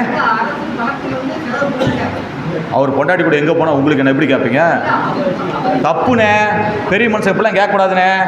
இத்தனை வெள்ளை முடி வச்சுக்கிட்டு வயசானவர் பெரியவர், நல்ல பெரிய மனுஷன் பார்க்குறோம், இப்படிலாம் கேட்கக்கூடாதுண்ணே. அடுத்தவங்க பொண்டாட்டி பற்றி கேட்குறது நீ யாருண்ணே? அது நம்ம அக்காண்ணே, நம்ம தங்கச்சிண்ணே. அவர் வட இந்தியாவில் நீங்கள் எஸ்பி வேலைக்கு வந்திருக்காரு, நம்மளை நம்பி வந்திருக்காருண்ணே. இது இந்திய மண், தமிழ் மண்ணே, பெண்களை கடவுளாக பார்க்குற மண்ணே. இங்கே ஒவ்வொரு பெண்ணையும் அக்கா தங்கச்சியாக கடவுளாக பார்க்கணும்னே. கேட்கக்கூடாதுண்ணே, தப்புண்ணே, தப்பு, கேட்கக்கூடாது. ஆனால் கேட்கலாம். எப்போ கேட்கலாம்னா பாருங்கள், பெரம்பலூர் பெரிய மனுஷன் ஒருத்தர் வந்திருக்காரு, பெரியவர். அவர் என்ன சொல்கிறாரு, அரசாங்க வண்டியில் போனால் கேட்கலாம். என்ன வண்டியில் போனால் கேட்கலாம்? அரசாங்க வண்டியில் போனால் கேட்கலாம். அரசாங்க வண்டிக்கு லாக் புக்குன்னு ஒன்று இருக்குது. அந்த டிரைவர் வந்து ஒரு லாக் புக் வச்சுருக்காரு. இந்த வண்டி இன்றைக்கி காலையில் எத்தனை மணிக்கு இந்த வண்டியில் டிரைவர் சீட்டில் உட்காந்தேன், இந்த வண்டியில் எவ்வளோ டீசல் இருந்துச்சு, எத்தனை கிலோமீட்டர் ஓடி இருந்தது, நான் வந்து உட்காந்த பிறகு இந்த வண்டியை என்னுடைய அதிகாரி எங்கே போக சொன்னார், எதுக்கு போக சொன்னார், கூட யார் வந்தாங்க, எங்கே போனோம், எங்கே போயிட்டு வந்தோம், எத்தனை மணிக்கு போனோம், எத்தனை மணிக்கு திரும்பி வந்தோம், திரும்பி வந்தப்போ டீசல் எவ்வளோ இருந்துச்சு, இடையில டிரைவர் வேறு யாரை மாற்றி விட்டாங்க, வேறு யார் வண்டியில் ஏறினாங்க இறங்கினாங்க, எங்கே நின்றுச்சு, எங்கே டீ சாப்பிடுச்சு, எல்லாத்தையும் டிரைவர் லாக் புக்கில் எழுதி வச்சே ஆகணும். ஏன்னா எஸ்பி 24 மணி நேர பணியாளர், காவல் ஊழியர்கள் ஒவ்வொருவரும் 24 மணி நேரம் பணியாளர்கள், 24 மணி நேரம் பணியில் இருக்கிறதுனால அது அரசாங்க வாகனம் என்பதால் அந்த காவல்துறை வாகனத்தினுடைய லாக் புக்கில் அதெல்லாம் பதிவு செஞ்சாகணும். அதை இந்திய குடிமகன் யார் வேண்டுமானாலும் கேட்டு வாங்கி பெறலாம், பார்க்கலாம். இப்போ அவர் வீட்டுக்காரமா கூட எங்கே போனான்னு கேட்கலாமா? கேட்கலாம். எங்கே போயிட்டு இருந்தான்னு கேட்கலாமா? ஆனால் அவர் தனிப்பட்ட வாகனத்தில் போனால் கேட்க முடியாது. அந்தம்மா தனியாக போனாங்கன்னா கூடவே கூடாது. ஏன்னா அந்தம்மா இவர் தான் அரசாங்க ஊழியர், 24 நேரம் நம்மகிட்ட மாட்டிட்டு முடிச்சிட்டு இருக்காரு. அந்தம்மா சுதந்திரமான இந்திய குடிமகன். நமக்கு என்ன உரிமை இருக்கோ, நமக்கு என்ன சுதந்திரம் இருக்கோ அந்த சுதந்திரம் அந்த அம்மாவுக்கு இருக்கு. கேட்டது தப்பு, கேட்கக்கூடாது. சரிங்களா? ஒரு எஸ்பியவே, காவல்துறையுடைய உச்சபட்ச அதிகாரியவே ஷூ போட்டுக்கியா, ஷூவில் ஜிப்பு இருக்கா, கயிறு போட்டு கட்டியிருக்கியா, பெல்ட்டு போட்டுக்கியா, பெல்ட்டில் எத்தனை ஆணி இருக்கு, கேப் போட்டுக்கியா, லைஃப் பீஸ் இருக்கா, எந்த காலேஜில் படித்த, எங்கே ட்ரைனிங் போன, இதுக்கு முன்னாடி எவ்வளோ சம்பளம் வாங்கின, இவ்வளோ கேட்கக்குள்ள நம்ம ஊர் விஓஓ, நம்ம ஊர் பஞ்சாயத்து கிளர்க்கு, நம்ம ஊர் அக்ரி ஆஃபீஸரு, இவங்களெல்லாம் கேட்க முடியுமா முடியாதா? எவ்வளோ கேட்கலாம்? குட்டிமை பிடிச்சி ஆட்டி கேட்கலாமில்ல? இவ்வளோ கேட்குற அதிகாரம் உங்களுக்கு இருக்குது. இதுக்கு என்ன வேணும்?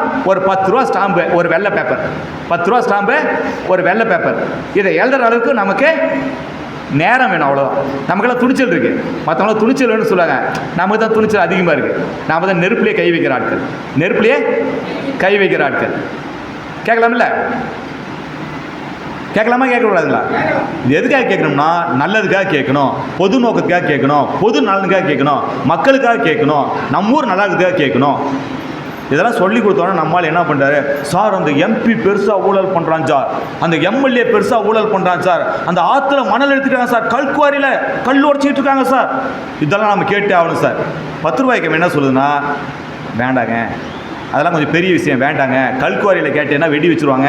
நாங்கள் ஜெகஃபர் அலிக்கு 10ஆம் தேதி நினைவஞ்சலி செலுத்த போகிறோம். 3ஆம் ஆண்டு. வேறு தப்பாக சொல்கிறேன், திருப்பி சொல்ல. நீ சொல்லுவேன்னு பார்த்தேன், யாராவது சொல்லுவீங்களான்னு பார்த்தேன். கரூர் ஜெகநாதனுக்கு 3ஆம் ஆண்டு நினைவஞ்சலி வர புதன்கிழமை கரூரில் செலுத்த போகிறோம். அடுத்த வாரம் புதுக்கோட்டையில் கல்குவாரி உரிமைக்காக போராடி கனிமூல கொள்ளைக்கு எதிராக போராடி உயிர் நீத்த ஜெகஃபர் அலி வழக்கில் குற்றப்பத்திரிகை தாக்கல் செய்யாதை கண்டித்து விரைவாக வழக்கை விசாரித்து விரைவாக தீர்ப்பு வழங்க கோரி ஜெகஃபர் அலிக்கு நீதி கேட்டு புதுக்கோட்டையில் போராட்டம் பண்ண போகிறோம். இந்த மாதம் ராணிப்பேட்டையில் மாநாடு தியாகி விட்டல்குமார் அரங்கத்தில் நடக்குது. எங்கள் கல்குவாரி ஊழலுக்கு எதிராக போராடிய விஐபியினுடைய ஊழலுக்கு எதிராக போராடி உயிர் நீத்த தியாகிகளுக்கு வருஷத்தில் ஒரு 10 முறை நினைவஞ்சலி கொடுத்துக்கு போக வேண்டியதாக இருக்குது. நினைவஞ்சலி கொடுத்துக்கு போக வேண்டியதாக இருக்குது. அதனால் 10 ரூபாய்க்கு என்ன சொல்லுதுன்னா, இந்த எம்எல்ஏ ஊழல், எம்பி ஊழல், மந்திரி ஊழல் இதெல்லாம் கொஞ்சம் வேணாங்க, அதெல்லாம் எடுக்காதீங்க. கல்குவாரி ஊழல், மணல் குவாரி ஊழல், பெரிய பெரிய ஊழல்லாம் வேணாம். நாம் என்ன பண்ணலான்னா, நம்ம ஊர் பஞ்சாயத்தை சரி பண்ணலாம், நம்ம கிராமத்தை சரி பண்ணலாம், நம்ம ஊரில் சத்துணவு முட்டைப்போராயாவை சரி பண்ணலாம், நம்ம ஊர் பள்ளிக்கூடத்து வாத்தியாரை சரி பண்ணலாம், நம்ம ஊர் அக்ரிகல்ச்சர் ஆஃபீஸரை சரி பண்ணலாம். என் ஊர், என் பஞ்சாயத்து, என் கிராமத்தை நான் ஒழுங்காக வச்சுக்கிறேன். என் ஊரில் சின்னதாக எந்த பயிலும் தப்பு பண்ணக்கூடாது. எங்கள் ஊரில் அக்ரி ஆஃபீஸர், எங்கள் ஊர் பஞ்சாயத்துக்குள்ள இருக்க 1 கோடி ரூபா ஊழல் பண்ணால் நான் கேட்க மாட்டோம். 1 கோடி ரூபா ஊழல் பண்ணால் கேட்க மாட்டோம். ஆனால் 1000 ரூபா ஊழல் பண்ணக்கூடாது, 5000 ரூபா ஊழல் பண்ணக்கூடாது, 1 லட்ச ரூபா ஊழல் பண்ணக்கூடாது. சின்னதாக தப்பு பண்ணக்கூடாது. என் ஊருக்கு ரோடு போகிறான்னா நல்ல ரோடு போடணும். என் ஊருக்கு ரோடு போகிறான்னா நல்ல ரோடு போடணும். என் ஊரில் இல்லாத ஆற்றுல ஹார்பர் கட்டினா தான் 100 கோடி பணம் எடுத்துக்கிறானா ஊழல் பண்ணிட்டு போகிறான், போயா பொழைச்சி போட்டியா, நாங்கள் அதை கேட்க மாட்டியா? சின்ன தப்பு நடக்கூடாது. என் ஊர் பள்ளிக்கூடத்து குழந்தைக்கு சரியாக சத்துணவு போடணும். என் ஊர் பள்ளிக்கூடத்து குழந்தைக்கு ஸ்காலர்ஷிப் சரியாக வரணும். என் ஊரில் பள்ளிக்கூடத்து வாத்தியார் ஒழுங்காக வரணும், ஒழுங்காக பாடம் நடத்தணும். என் ஊர் விஓஓ, என் ஊர் விவசாயிட்ட 100 ரூபா லஞ்சம் வாங்கக்கூடாது. என் ஊரில் சொசைட்டியில் லஞ்சம் இல்லாமல் என் ஊர் விவசாயிக்கு பயிர் கடன் போய் சேரணும். என் கிராமத்தில் பஞ்சாயத்தில் ஊழல் நடக்கூடாது. என் ஊரில் சின்னதாக ஊழல் நடக்கூடாது. இதை நாங்கள் கேட்போம் ஐயா. இதை கேட்கறதுக்கு நாங்கள் தொடர்ந்து போராடம். நாங்கள் 100 பேருக்கு கேட்போம். இதை கேட்கலாங்களா? இதை கேட்கலாமா? இதை கேட்டால் ஜெயிப்போமா ஜெயிக்க மாட்டோமா? நம்ம ஊருக்கு நல்லது நடக்குமா நடக்காதா? சரிங்க சார், இந்த எம்எல்ஏ எம்பி ஊழலாம் யார் சார் கேட்கறது? திமுக பண்ண ஊழல் அதிமுக தட்டி கேட்கட்டும். இப்போ திமுக செஞ்சுட்டு ஊழல் அதிமுக தட்டி கேட்கட்டும். ஏற்கனவே அதிமுக ஆட்சியில் நல்லா கொள்ளையடிச்சு தான் திமுக சொல்லுது. ஆட்சிக்கு வந்தவுடன் 100 நாட்களில் அதிமுக மந்திரி எல்லாரும் ஜெயிலுக்கு அனுப்புவோம் அப்படின்னு மு.க. ஸ்டாலின் மேடைக்கு மேடை சொன்னார். அதிமுக பண்ண ஊழல் திமுக பார்த்துக்கிட்டோம். இவன் 2 பேரும் ஒரு நாணயத்தினுடைய 2 பக்கம் மாதிரி, 2 பேரும் பங்காளிங்க, 2 பேரும் அண்ணன் தம்பி, 2 பேரும் மாமச்சனை. இவன் அவனை காட்டி கொடுக்க மாட்டான், அவன் இவனை காட்டி கொடுக்க மாட்டான். 2 பேரும் மாற்றி மாதிரி சொல்கிறாங்களே தவிர ஜெயிலுக்கு அனுப்ப மாட்டானுங்க. இதெல்லாம் தட்டி கேட்கறதுக்கு முதலமைச்சர் கனவுல தமிழ்நாட்டில் ஒரு லிஸ்ட்லேயே இருக்காங்க. நிறைய பேர் புதுசாக வந்திருக்காங்க, மாநாடுலாம் போட்டிருக்காங்க. 200 கோடி செலவில் மாநாடுலாம் போட்டிருக்காங்க. அவங்க தட்டி கேட்கட்டும். கேட்பாங்களா? லைவ் மீடியா, டிவி, பேப்பர்லாம் இருக்குது, அவங்களாம் கேட்கட்டும். அவங்களாம் கேட்கட்டும். நீங்கள் போய் கேட்டு மாட்டிக்காதீங்க. அப்படி உங்களுக்கு யாரையாவது கேட்கணுங்கிற ஆசை இருந்துச்சுன்னா, கல்குவாரி ஊழல் எடுக்கணும், எம்பி எம்எல்ஏ ஊழலாம் எடுக்கணும் ஆசை இருந்துச்சுன்னா, தயவு செஞ்சு உங்கள் ஃபோட்டோ, கலர் ஃபோட்டோ, நல்ல ஃபோட்டோவை எடுத்து என்கிட்ட கொடுங்க. நல்ல ஃபோட்டோவை கொடுங்க, நல்ல ஃபோட்டோவா கொடுங்க. அப்படியே உங்கள் ஊர் அச்சு ஆஃபீஸில் போய் போஸ்ட் அடிக்க வேண்டாம், காசு கொடுத்துருங்க. என் நம்பர் கொடுத்துருங்க. உட்கார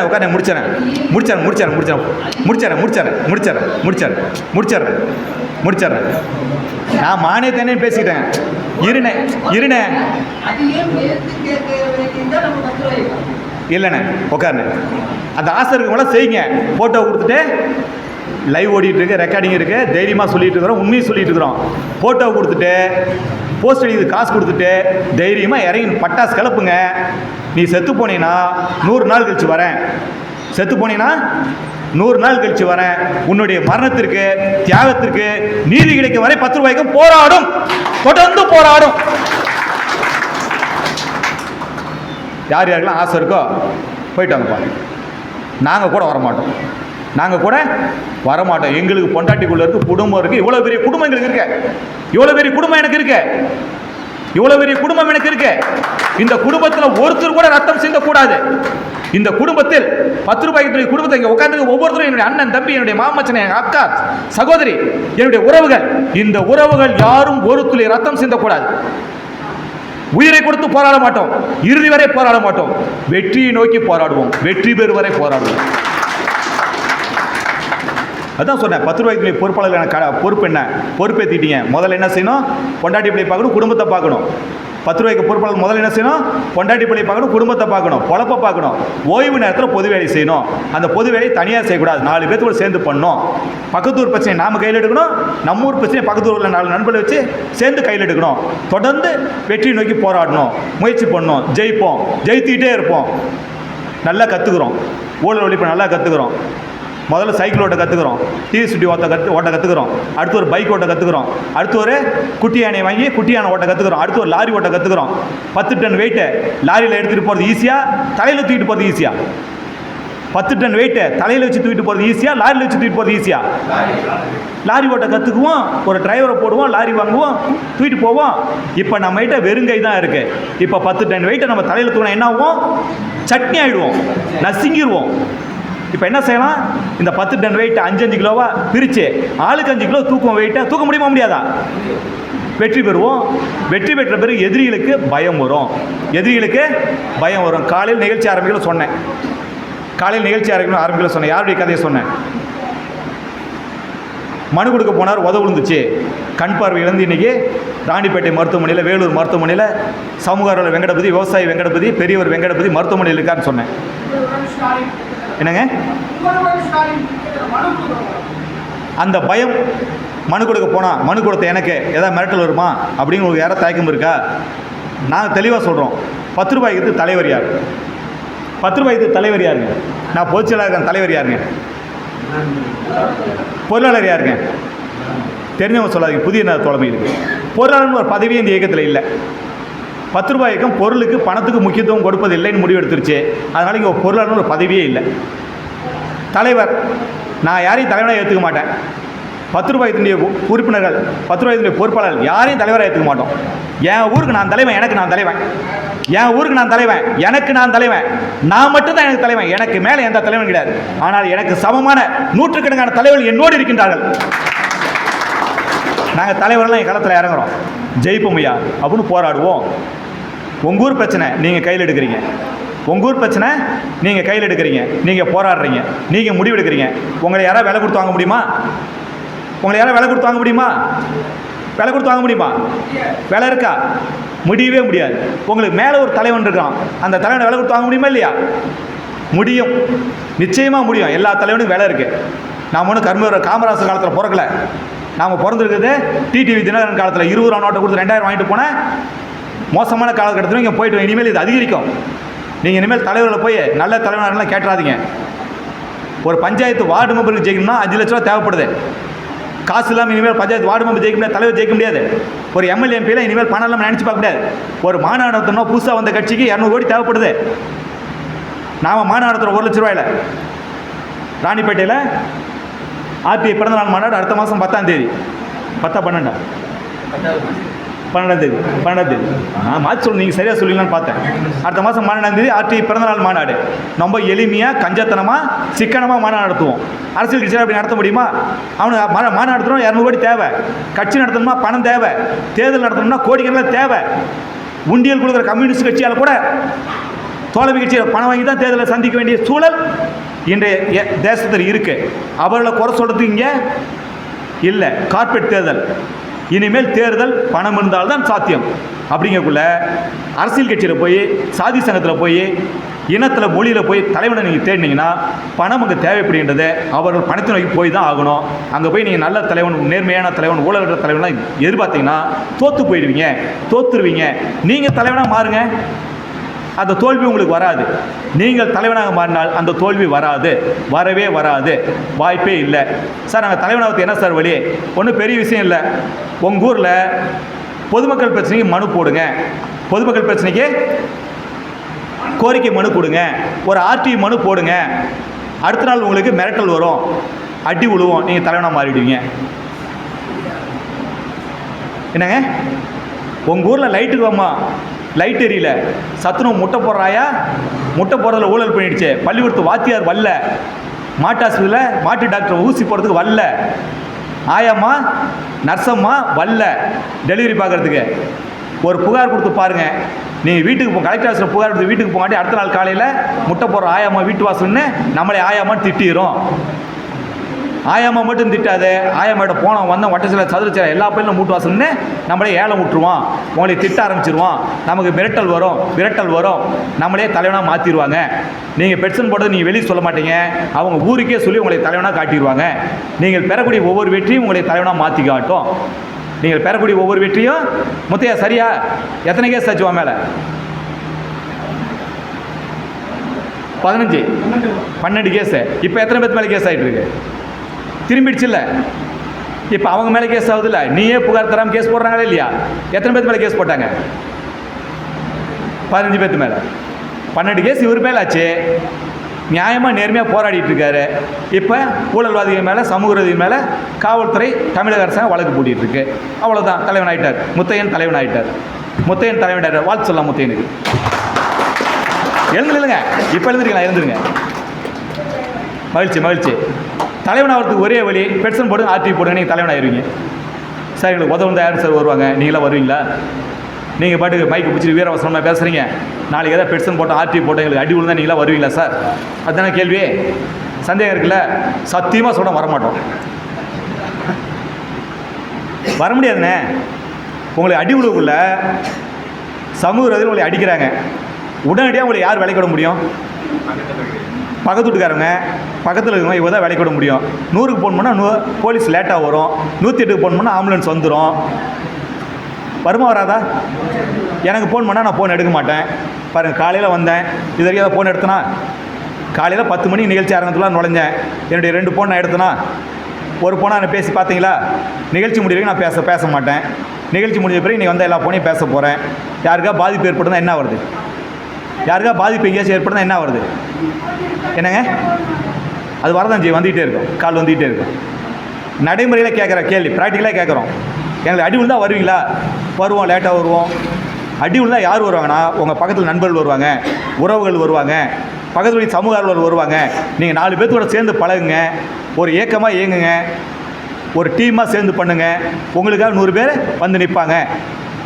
நாங்கள் வரத்துக்கு முன்னாடி அவங்க வந்து நிற்பாங்க. நாங்கள் வரத்துக்கு முன்னாடி உங்கள் ஊருக்காரங்க வந்து நிற்பாங்க, உங்கள் உறவுகள் வந்து நிற்பாங்க. இப்போ 100 பேர் இருக்கீங்களே, இங்கே 100 பேர் இருக்கீங்களே, எல்லோரும் நம்பர் எல்லோரும் வாங்கிக்கிங்க, சேர்ந்து பண்ணுங்கள். அதனால தான் சொல்கிறோம், மனு போடுறது தனியாக போடாதீங்க, 4 பேர் சேர்ந்து போடுங்க. கோரிக்கை மனு கொடுங்க, 4 பேர் சேர்ந்து கொடுங்க. ஒரே ஒரு பிரச்சனைக்கு 4 பேர் மனு கொடுங்க. ஒரே பிரச்சனைக்கு 4 பேர் மனு கொடுங்க. உங்கள் ஊருக்கு ஆர்டி போடுறீங்களா? 4 பேர் மனு போடுங்க, 10 பேர் மனு போடுங்க. எதிராளிக்கு ஒரு கேள்வி வரும், குப்புராஜ் ஒரு ஆள் பெட்ஷன் போடுறா அப்படியா, இந்த ஆளை தட்டி தூக்கிடலாம் அப்படின்னு எண்ணம் வரும். எதிராளிக்கு ஒரு எண்ணம் வரும், 1 கோடி ரூபா அரசாங்க சொத்து, மன்னிக்கணும், அந்த ஜிஹெச் மதிப்பாளுங்க 10 கோடியா, 100 கோடி ரூபாய் அரசாங்க சொத்தை தேடலை திருடிட்டாங்க, குப்புராஜ் ஒரு ஆள் காப்பாற்ற முயற்சி பண்ணுறாரு, குப்புராஜ் தட்டி தூக்கிறியா அப்படிங்கிற எண்ணம் வரும். எடப்பாடி அரசு மருத்துவமனை 100 கோடி ரூபாய் மதிப்பு சொத்தை, அரசாங்க மருத்துவமனைக்கு சொந்தமான சொத்தை ஆக்கிரமிப்பாளர் ஆக்கிரமிச்சிருக்கிறோம். குப்புராஜுங்கிற நல்ல மனிதர் போராடிட்டார். எழுந்துருங்க குப்புராஜ், எடப்பாடி குப்புராஜ், வாழ்த்துக்கள் சொல்லுங்கள். எதிராளிக்கு ஒரு எண்ணம் வரும், 100 கோடி ரூபா சொத்து ஒரு ஆள் தான் கேட்குறான், தட்டு தூக்கிடு அப்படின்னு. அதே ஒரு 10 பேர் பெட்ஷன் போட்டால், 10 பேர் பெட்ஷன் போட்டால் தூக்கிட முடியுமா? அந்த 10 பேர் 10 வெளியூர்காரன்ட்டா குப்புராஜ் ஒரு ஆள் தூக்குனா வெளியூர்காரன் விட மாட்டாயா? என்ன வந்துருமா இல்லையா? வருமா இல்லையா? இதை முன்னாடியே நீங்கள் யோசித்து மனு போட்டிங்கன்னா சின்ன சின்ன விஷயங்கள்லாம் எதிர்ப்போறாரு. நான் எடுத்துக்காட்டுக்காக சொன்னேன், முட்டை போடுறாய மனு போட்டிங்கன்னா திட்டுன்னு சொன்னேன். திட்டிட்டு காலில் விழுந்துடும், திட்டிட்டு காலில் விழுந்துடும், காலில் விழுந்துடும். நாம் உறுதியாக நின்னா பெரிய விஷயங்கள் எடுக்கலே நமக்கு தெரியும். இந்த விஷயத்தை எடுத்தால் எதிர்ப்பு அதிகமாக வரும், இதுக்கு என்ன பண்ணோம்? திட்டமிடுங்க, இவ்வளோ பேர் இருக்கிறோம், அடுத்த பயிற்சி வரக்குள்ள ஒரு 100 மனு தயார் பண்ணிட்டு வாங்க, கொடுங்க, நாங்கள் கையெழுத்து போட்டு தரோம், அனுப்பி வைங்க. அனுப்புறதுக்கு செலவு பிரச்சனையா? கொடுங்க, நாங்கள் அனுப்பி வைக்கிறோம். சிஎம் செல் பிரச்சனைகள்லாம் ஃப்ரீ தான். பிரபு தம்பி,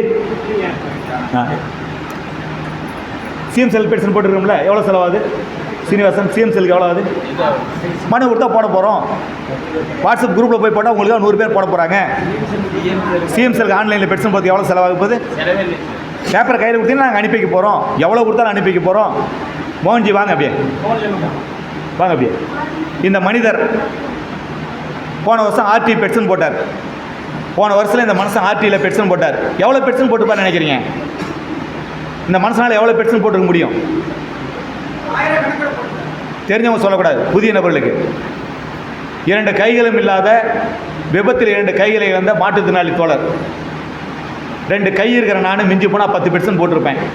இவர் போட்டுக்கூடிய மனுக்கள் 3000 மனுக்கள். 3000 பெட்ஷன் போட்டுக்க. அது போன வருஷம். இந்த வருஷம் இது வரைக்கும் கலாய்வு எவ்வளோ போய் கலாய்வு 17 பஞ்சாயத்தில் 2Jவில் பஞ்சாயத்து ஆஃபீஸ் போய் ஆய்வு பண்ணிட்டு இருக்கார். கலெக்டர் கூட, சேலம் மாவட்ட கலெக்டர் கூட இது வரைக்கும் 17 பஞ்சாயத்தில் ஆய்வு பண்ணல. இந்த வருஷத்தில் மோகன்ஜி என்கின்ற ஒரு சமூக ஆர்வலர், ஒரு மாற்றுத்திறனாளி 17 பஞ்சாயத்தில் கலாய்வு செஞ்சிருக்கார். கலெக்டர் செய்யாத மாவீரர் மோகன்ஜி செஞ்சிருக்கார். முடியும் உங்களாலையும். ஏன் முடியாது சொல்லுங்கள்? இதில் மிகப்பெரிய மாற்றத்தை உங்களால் உருவாக்க முடியும். என்னென்னலாம் மாற்றத்தை உருவாக்க முடியுங்கிறத மரியாதைக்குரிய 10 ரூபாய்க்கு துண்டிய நாமக்கல் மாவட்டத்துடைய மாநில துணை பொதுச்செயலாளர் குமாரபாளையம் சீனிவாசன் சொல்லுவார்.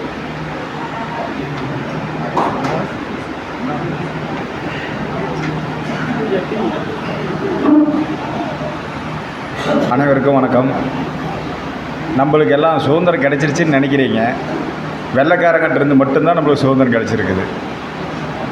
இந்தியாவில் இருக்கிற பல அரசியல்வாதிகிட்ட இருந்தும் அதிகாரிகிட்ட இருந்தும் கிடைக்கல. இதெல்லாம் உங்களுக்கு தெரியும். ஒரு சாதாரண ஒரு கோரிக்கை மனுக்கு கொடுத்து ஒரு அரசுகிட்டேருந்து ஒரு நிவாரணமோ இல்லை ஒரு தேவையோ ஏற்படுத்தணும்னா அது அரசு அதிகாரி நம்மளுக்கு கொடுக்கறதுக்கு ரொம்ப தயங்குறாங்க. இந்த நிலையில் புகார் மனு அனுப்பி அதையும் கொடுக்க மாட்டேங்கிறாங்க. இது எல்லாம் எப்படி நம்ம மேனேஜ் பண்ணணும்னா ஆர்டிஐ பயன்படுத்தணும். அது ஒவ்வொரு மனிதனுக்கும் தனி சுதந்திரம்.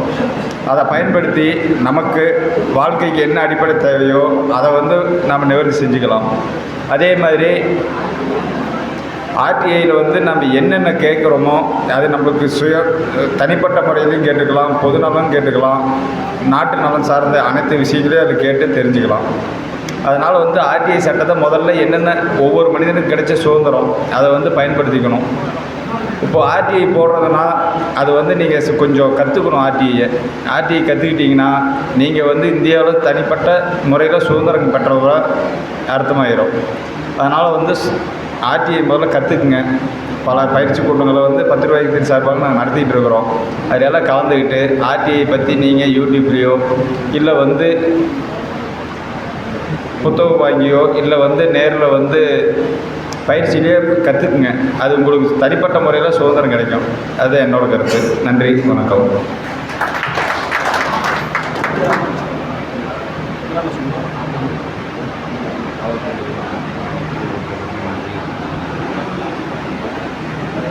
தலைவாசலில் சட்டப்பயிற்சி வகுப்பினருக்கு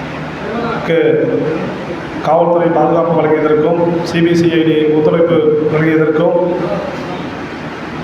மிக அருமையாக நிகழ்ச்சியை நடத்தி கொடுத்த அனைத்து தலைவாசல் சுற்றுவட்டார நல்வுள்ளங்களுக்கும் 10 ரூபாய் இயக்கத்தின் சார்பாக நன்றி.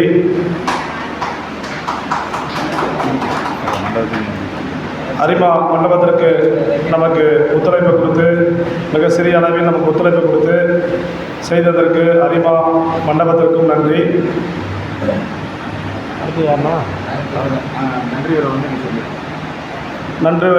நன்றி உரை கனகசனம் அவர்கள் இப்பொழுது நன்றி உரையாற்றுவார். இங்கு வந்திருந்த சட்டமன்ற உறுப்பினர்களுக்கும் பாராளுமன்ற உறுப்பினர்களுக்கும் 10 ரூபாய் இயக்கத்தின் சார்பில் நெஞ்சார்ந்த நன்றிகளை தெரிவித்துக் கொள்கிறோம். அடுத்த ஒரு கூட்டம் இங்கே தலைவாசலில் நடக்கும்போது ஒவ்வொருத்தரும் எத்தனை மனுக்கள் எழுதுறீங்கன்னு கண்டிப்பாக கேட்போம். எல்லாருமே அப்ளிகேஷன் ஃபில்அப் பண்ணி கொடுத்துருக்கீங்க. நீங்கள் எல்லாருமே 10 ரூபா இயக்கத்தின் உறுப்பினர்கள் தான். எங்கே போனாலுமே நாங்கள் 10 ரூபா இயக்கத்தின் உறுப்பினர்னு நீங்கள் நிரூபிக்கிறதுக்கு பச்சைங்களை கையெழுத்து போடுங்க. நீங்கள் அனைவரும் 10 ரூபா இயக்க உறுப்பினர். இந்திய குடிமை அனைவருமே 10 ரூபா இயக்கத்தின் உறுப்பினர் ஆகிறதுக்கு தகுதி பெற்றவர்கள். வந்திருந்த அனைவருக்கும் நன்றி. அரங்கத்தை ஏற்பாடு செய்த திரு சுதாகர் அண்ணனுக்கு ரொம்ப நன்றி. ரொம்ப சிறப்பாக உணவும் ஏற்பாடு பண்ணி கொடுத்து இவ்வளோ பெரிய கூட்டத்தை இந்த இடத்துல இவருக்கு நடத்த வேண்டிய அவசியம் என்ன இருக்குன்னு யோசனை பண்ணி பாருங்கள். எல்லாரும் மக்கள் விழிப்புணர்வு அடையணுங்கிற ஒரே ஒரு காரணத்துக்காக மட்டுமே அவரோட காசு செலவு பண்ணி இந்த அளவுக்கு அவர் பண்ணியிருக்கிறாரு. நீங்கள் அந்த இங்கே வந்து கற்றுக்கிட்டதோட விடாத நடைமுறைப்படுத்தினீங்கன்னா மட்டும்தான் அவர் பண்ண செலவுக்கும் அவரோட தியாக மனப்பான்மைக்கும் நீங்கள் செலுத்துகிற நன்றியாக இருக்கும். வந்திருந்த அனைவருக்கும் நன்றியை தெரிவித்துக் கொள்கிறோம். நன்றி நன்றி நன்றி.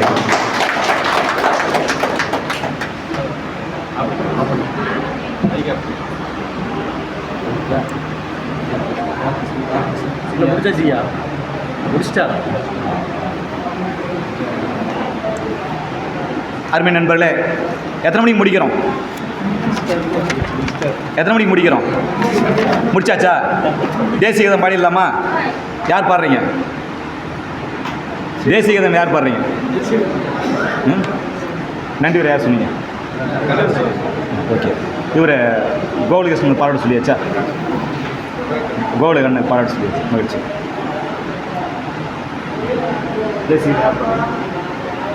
தேசிய கீதம் மொபைல்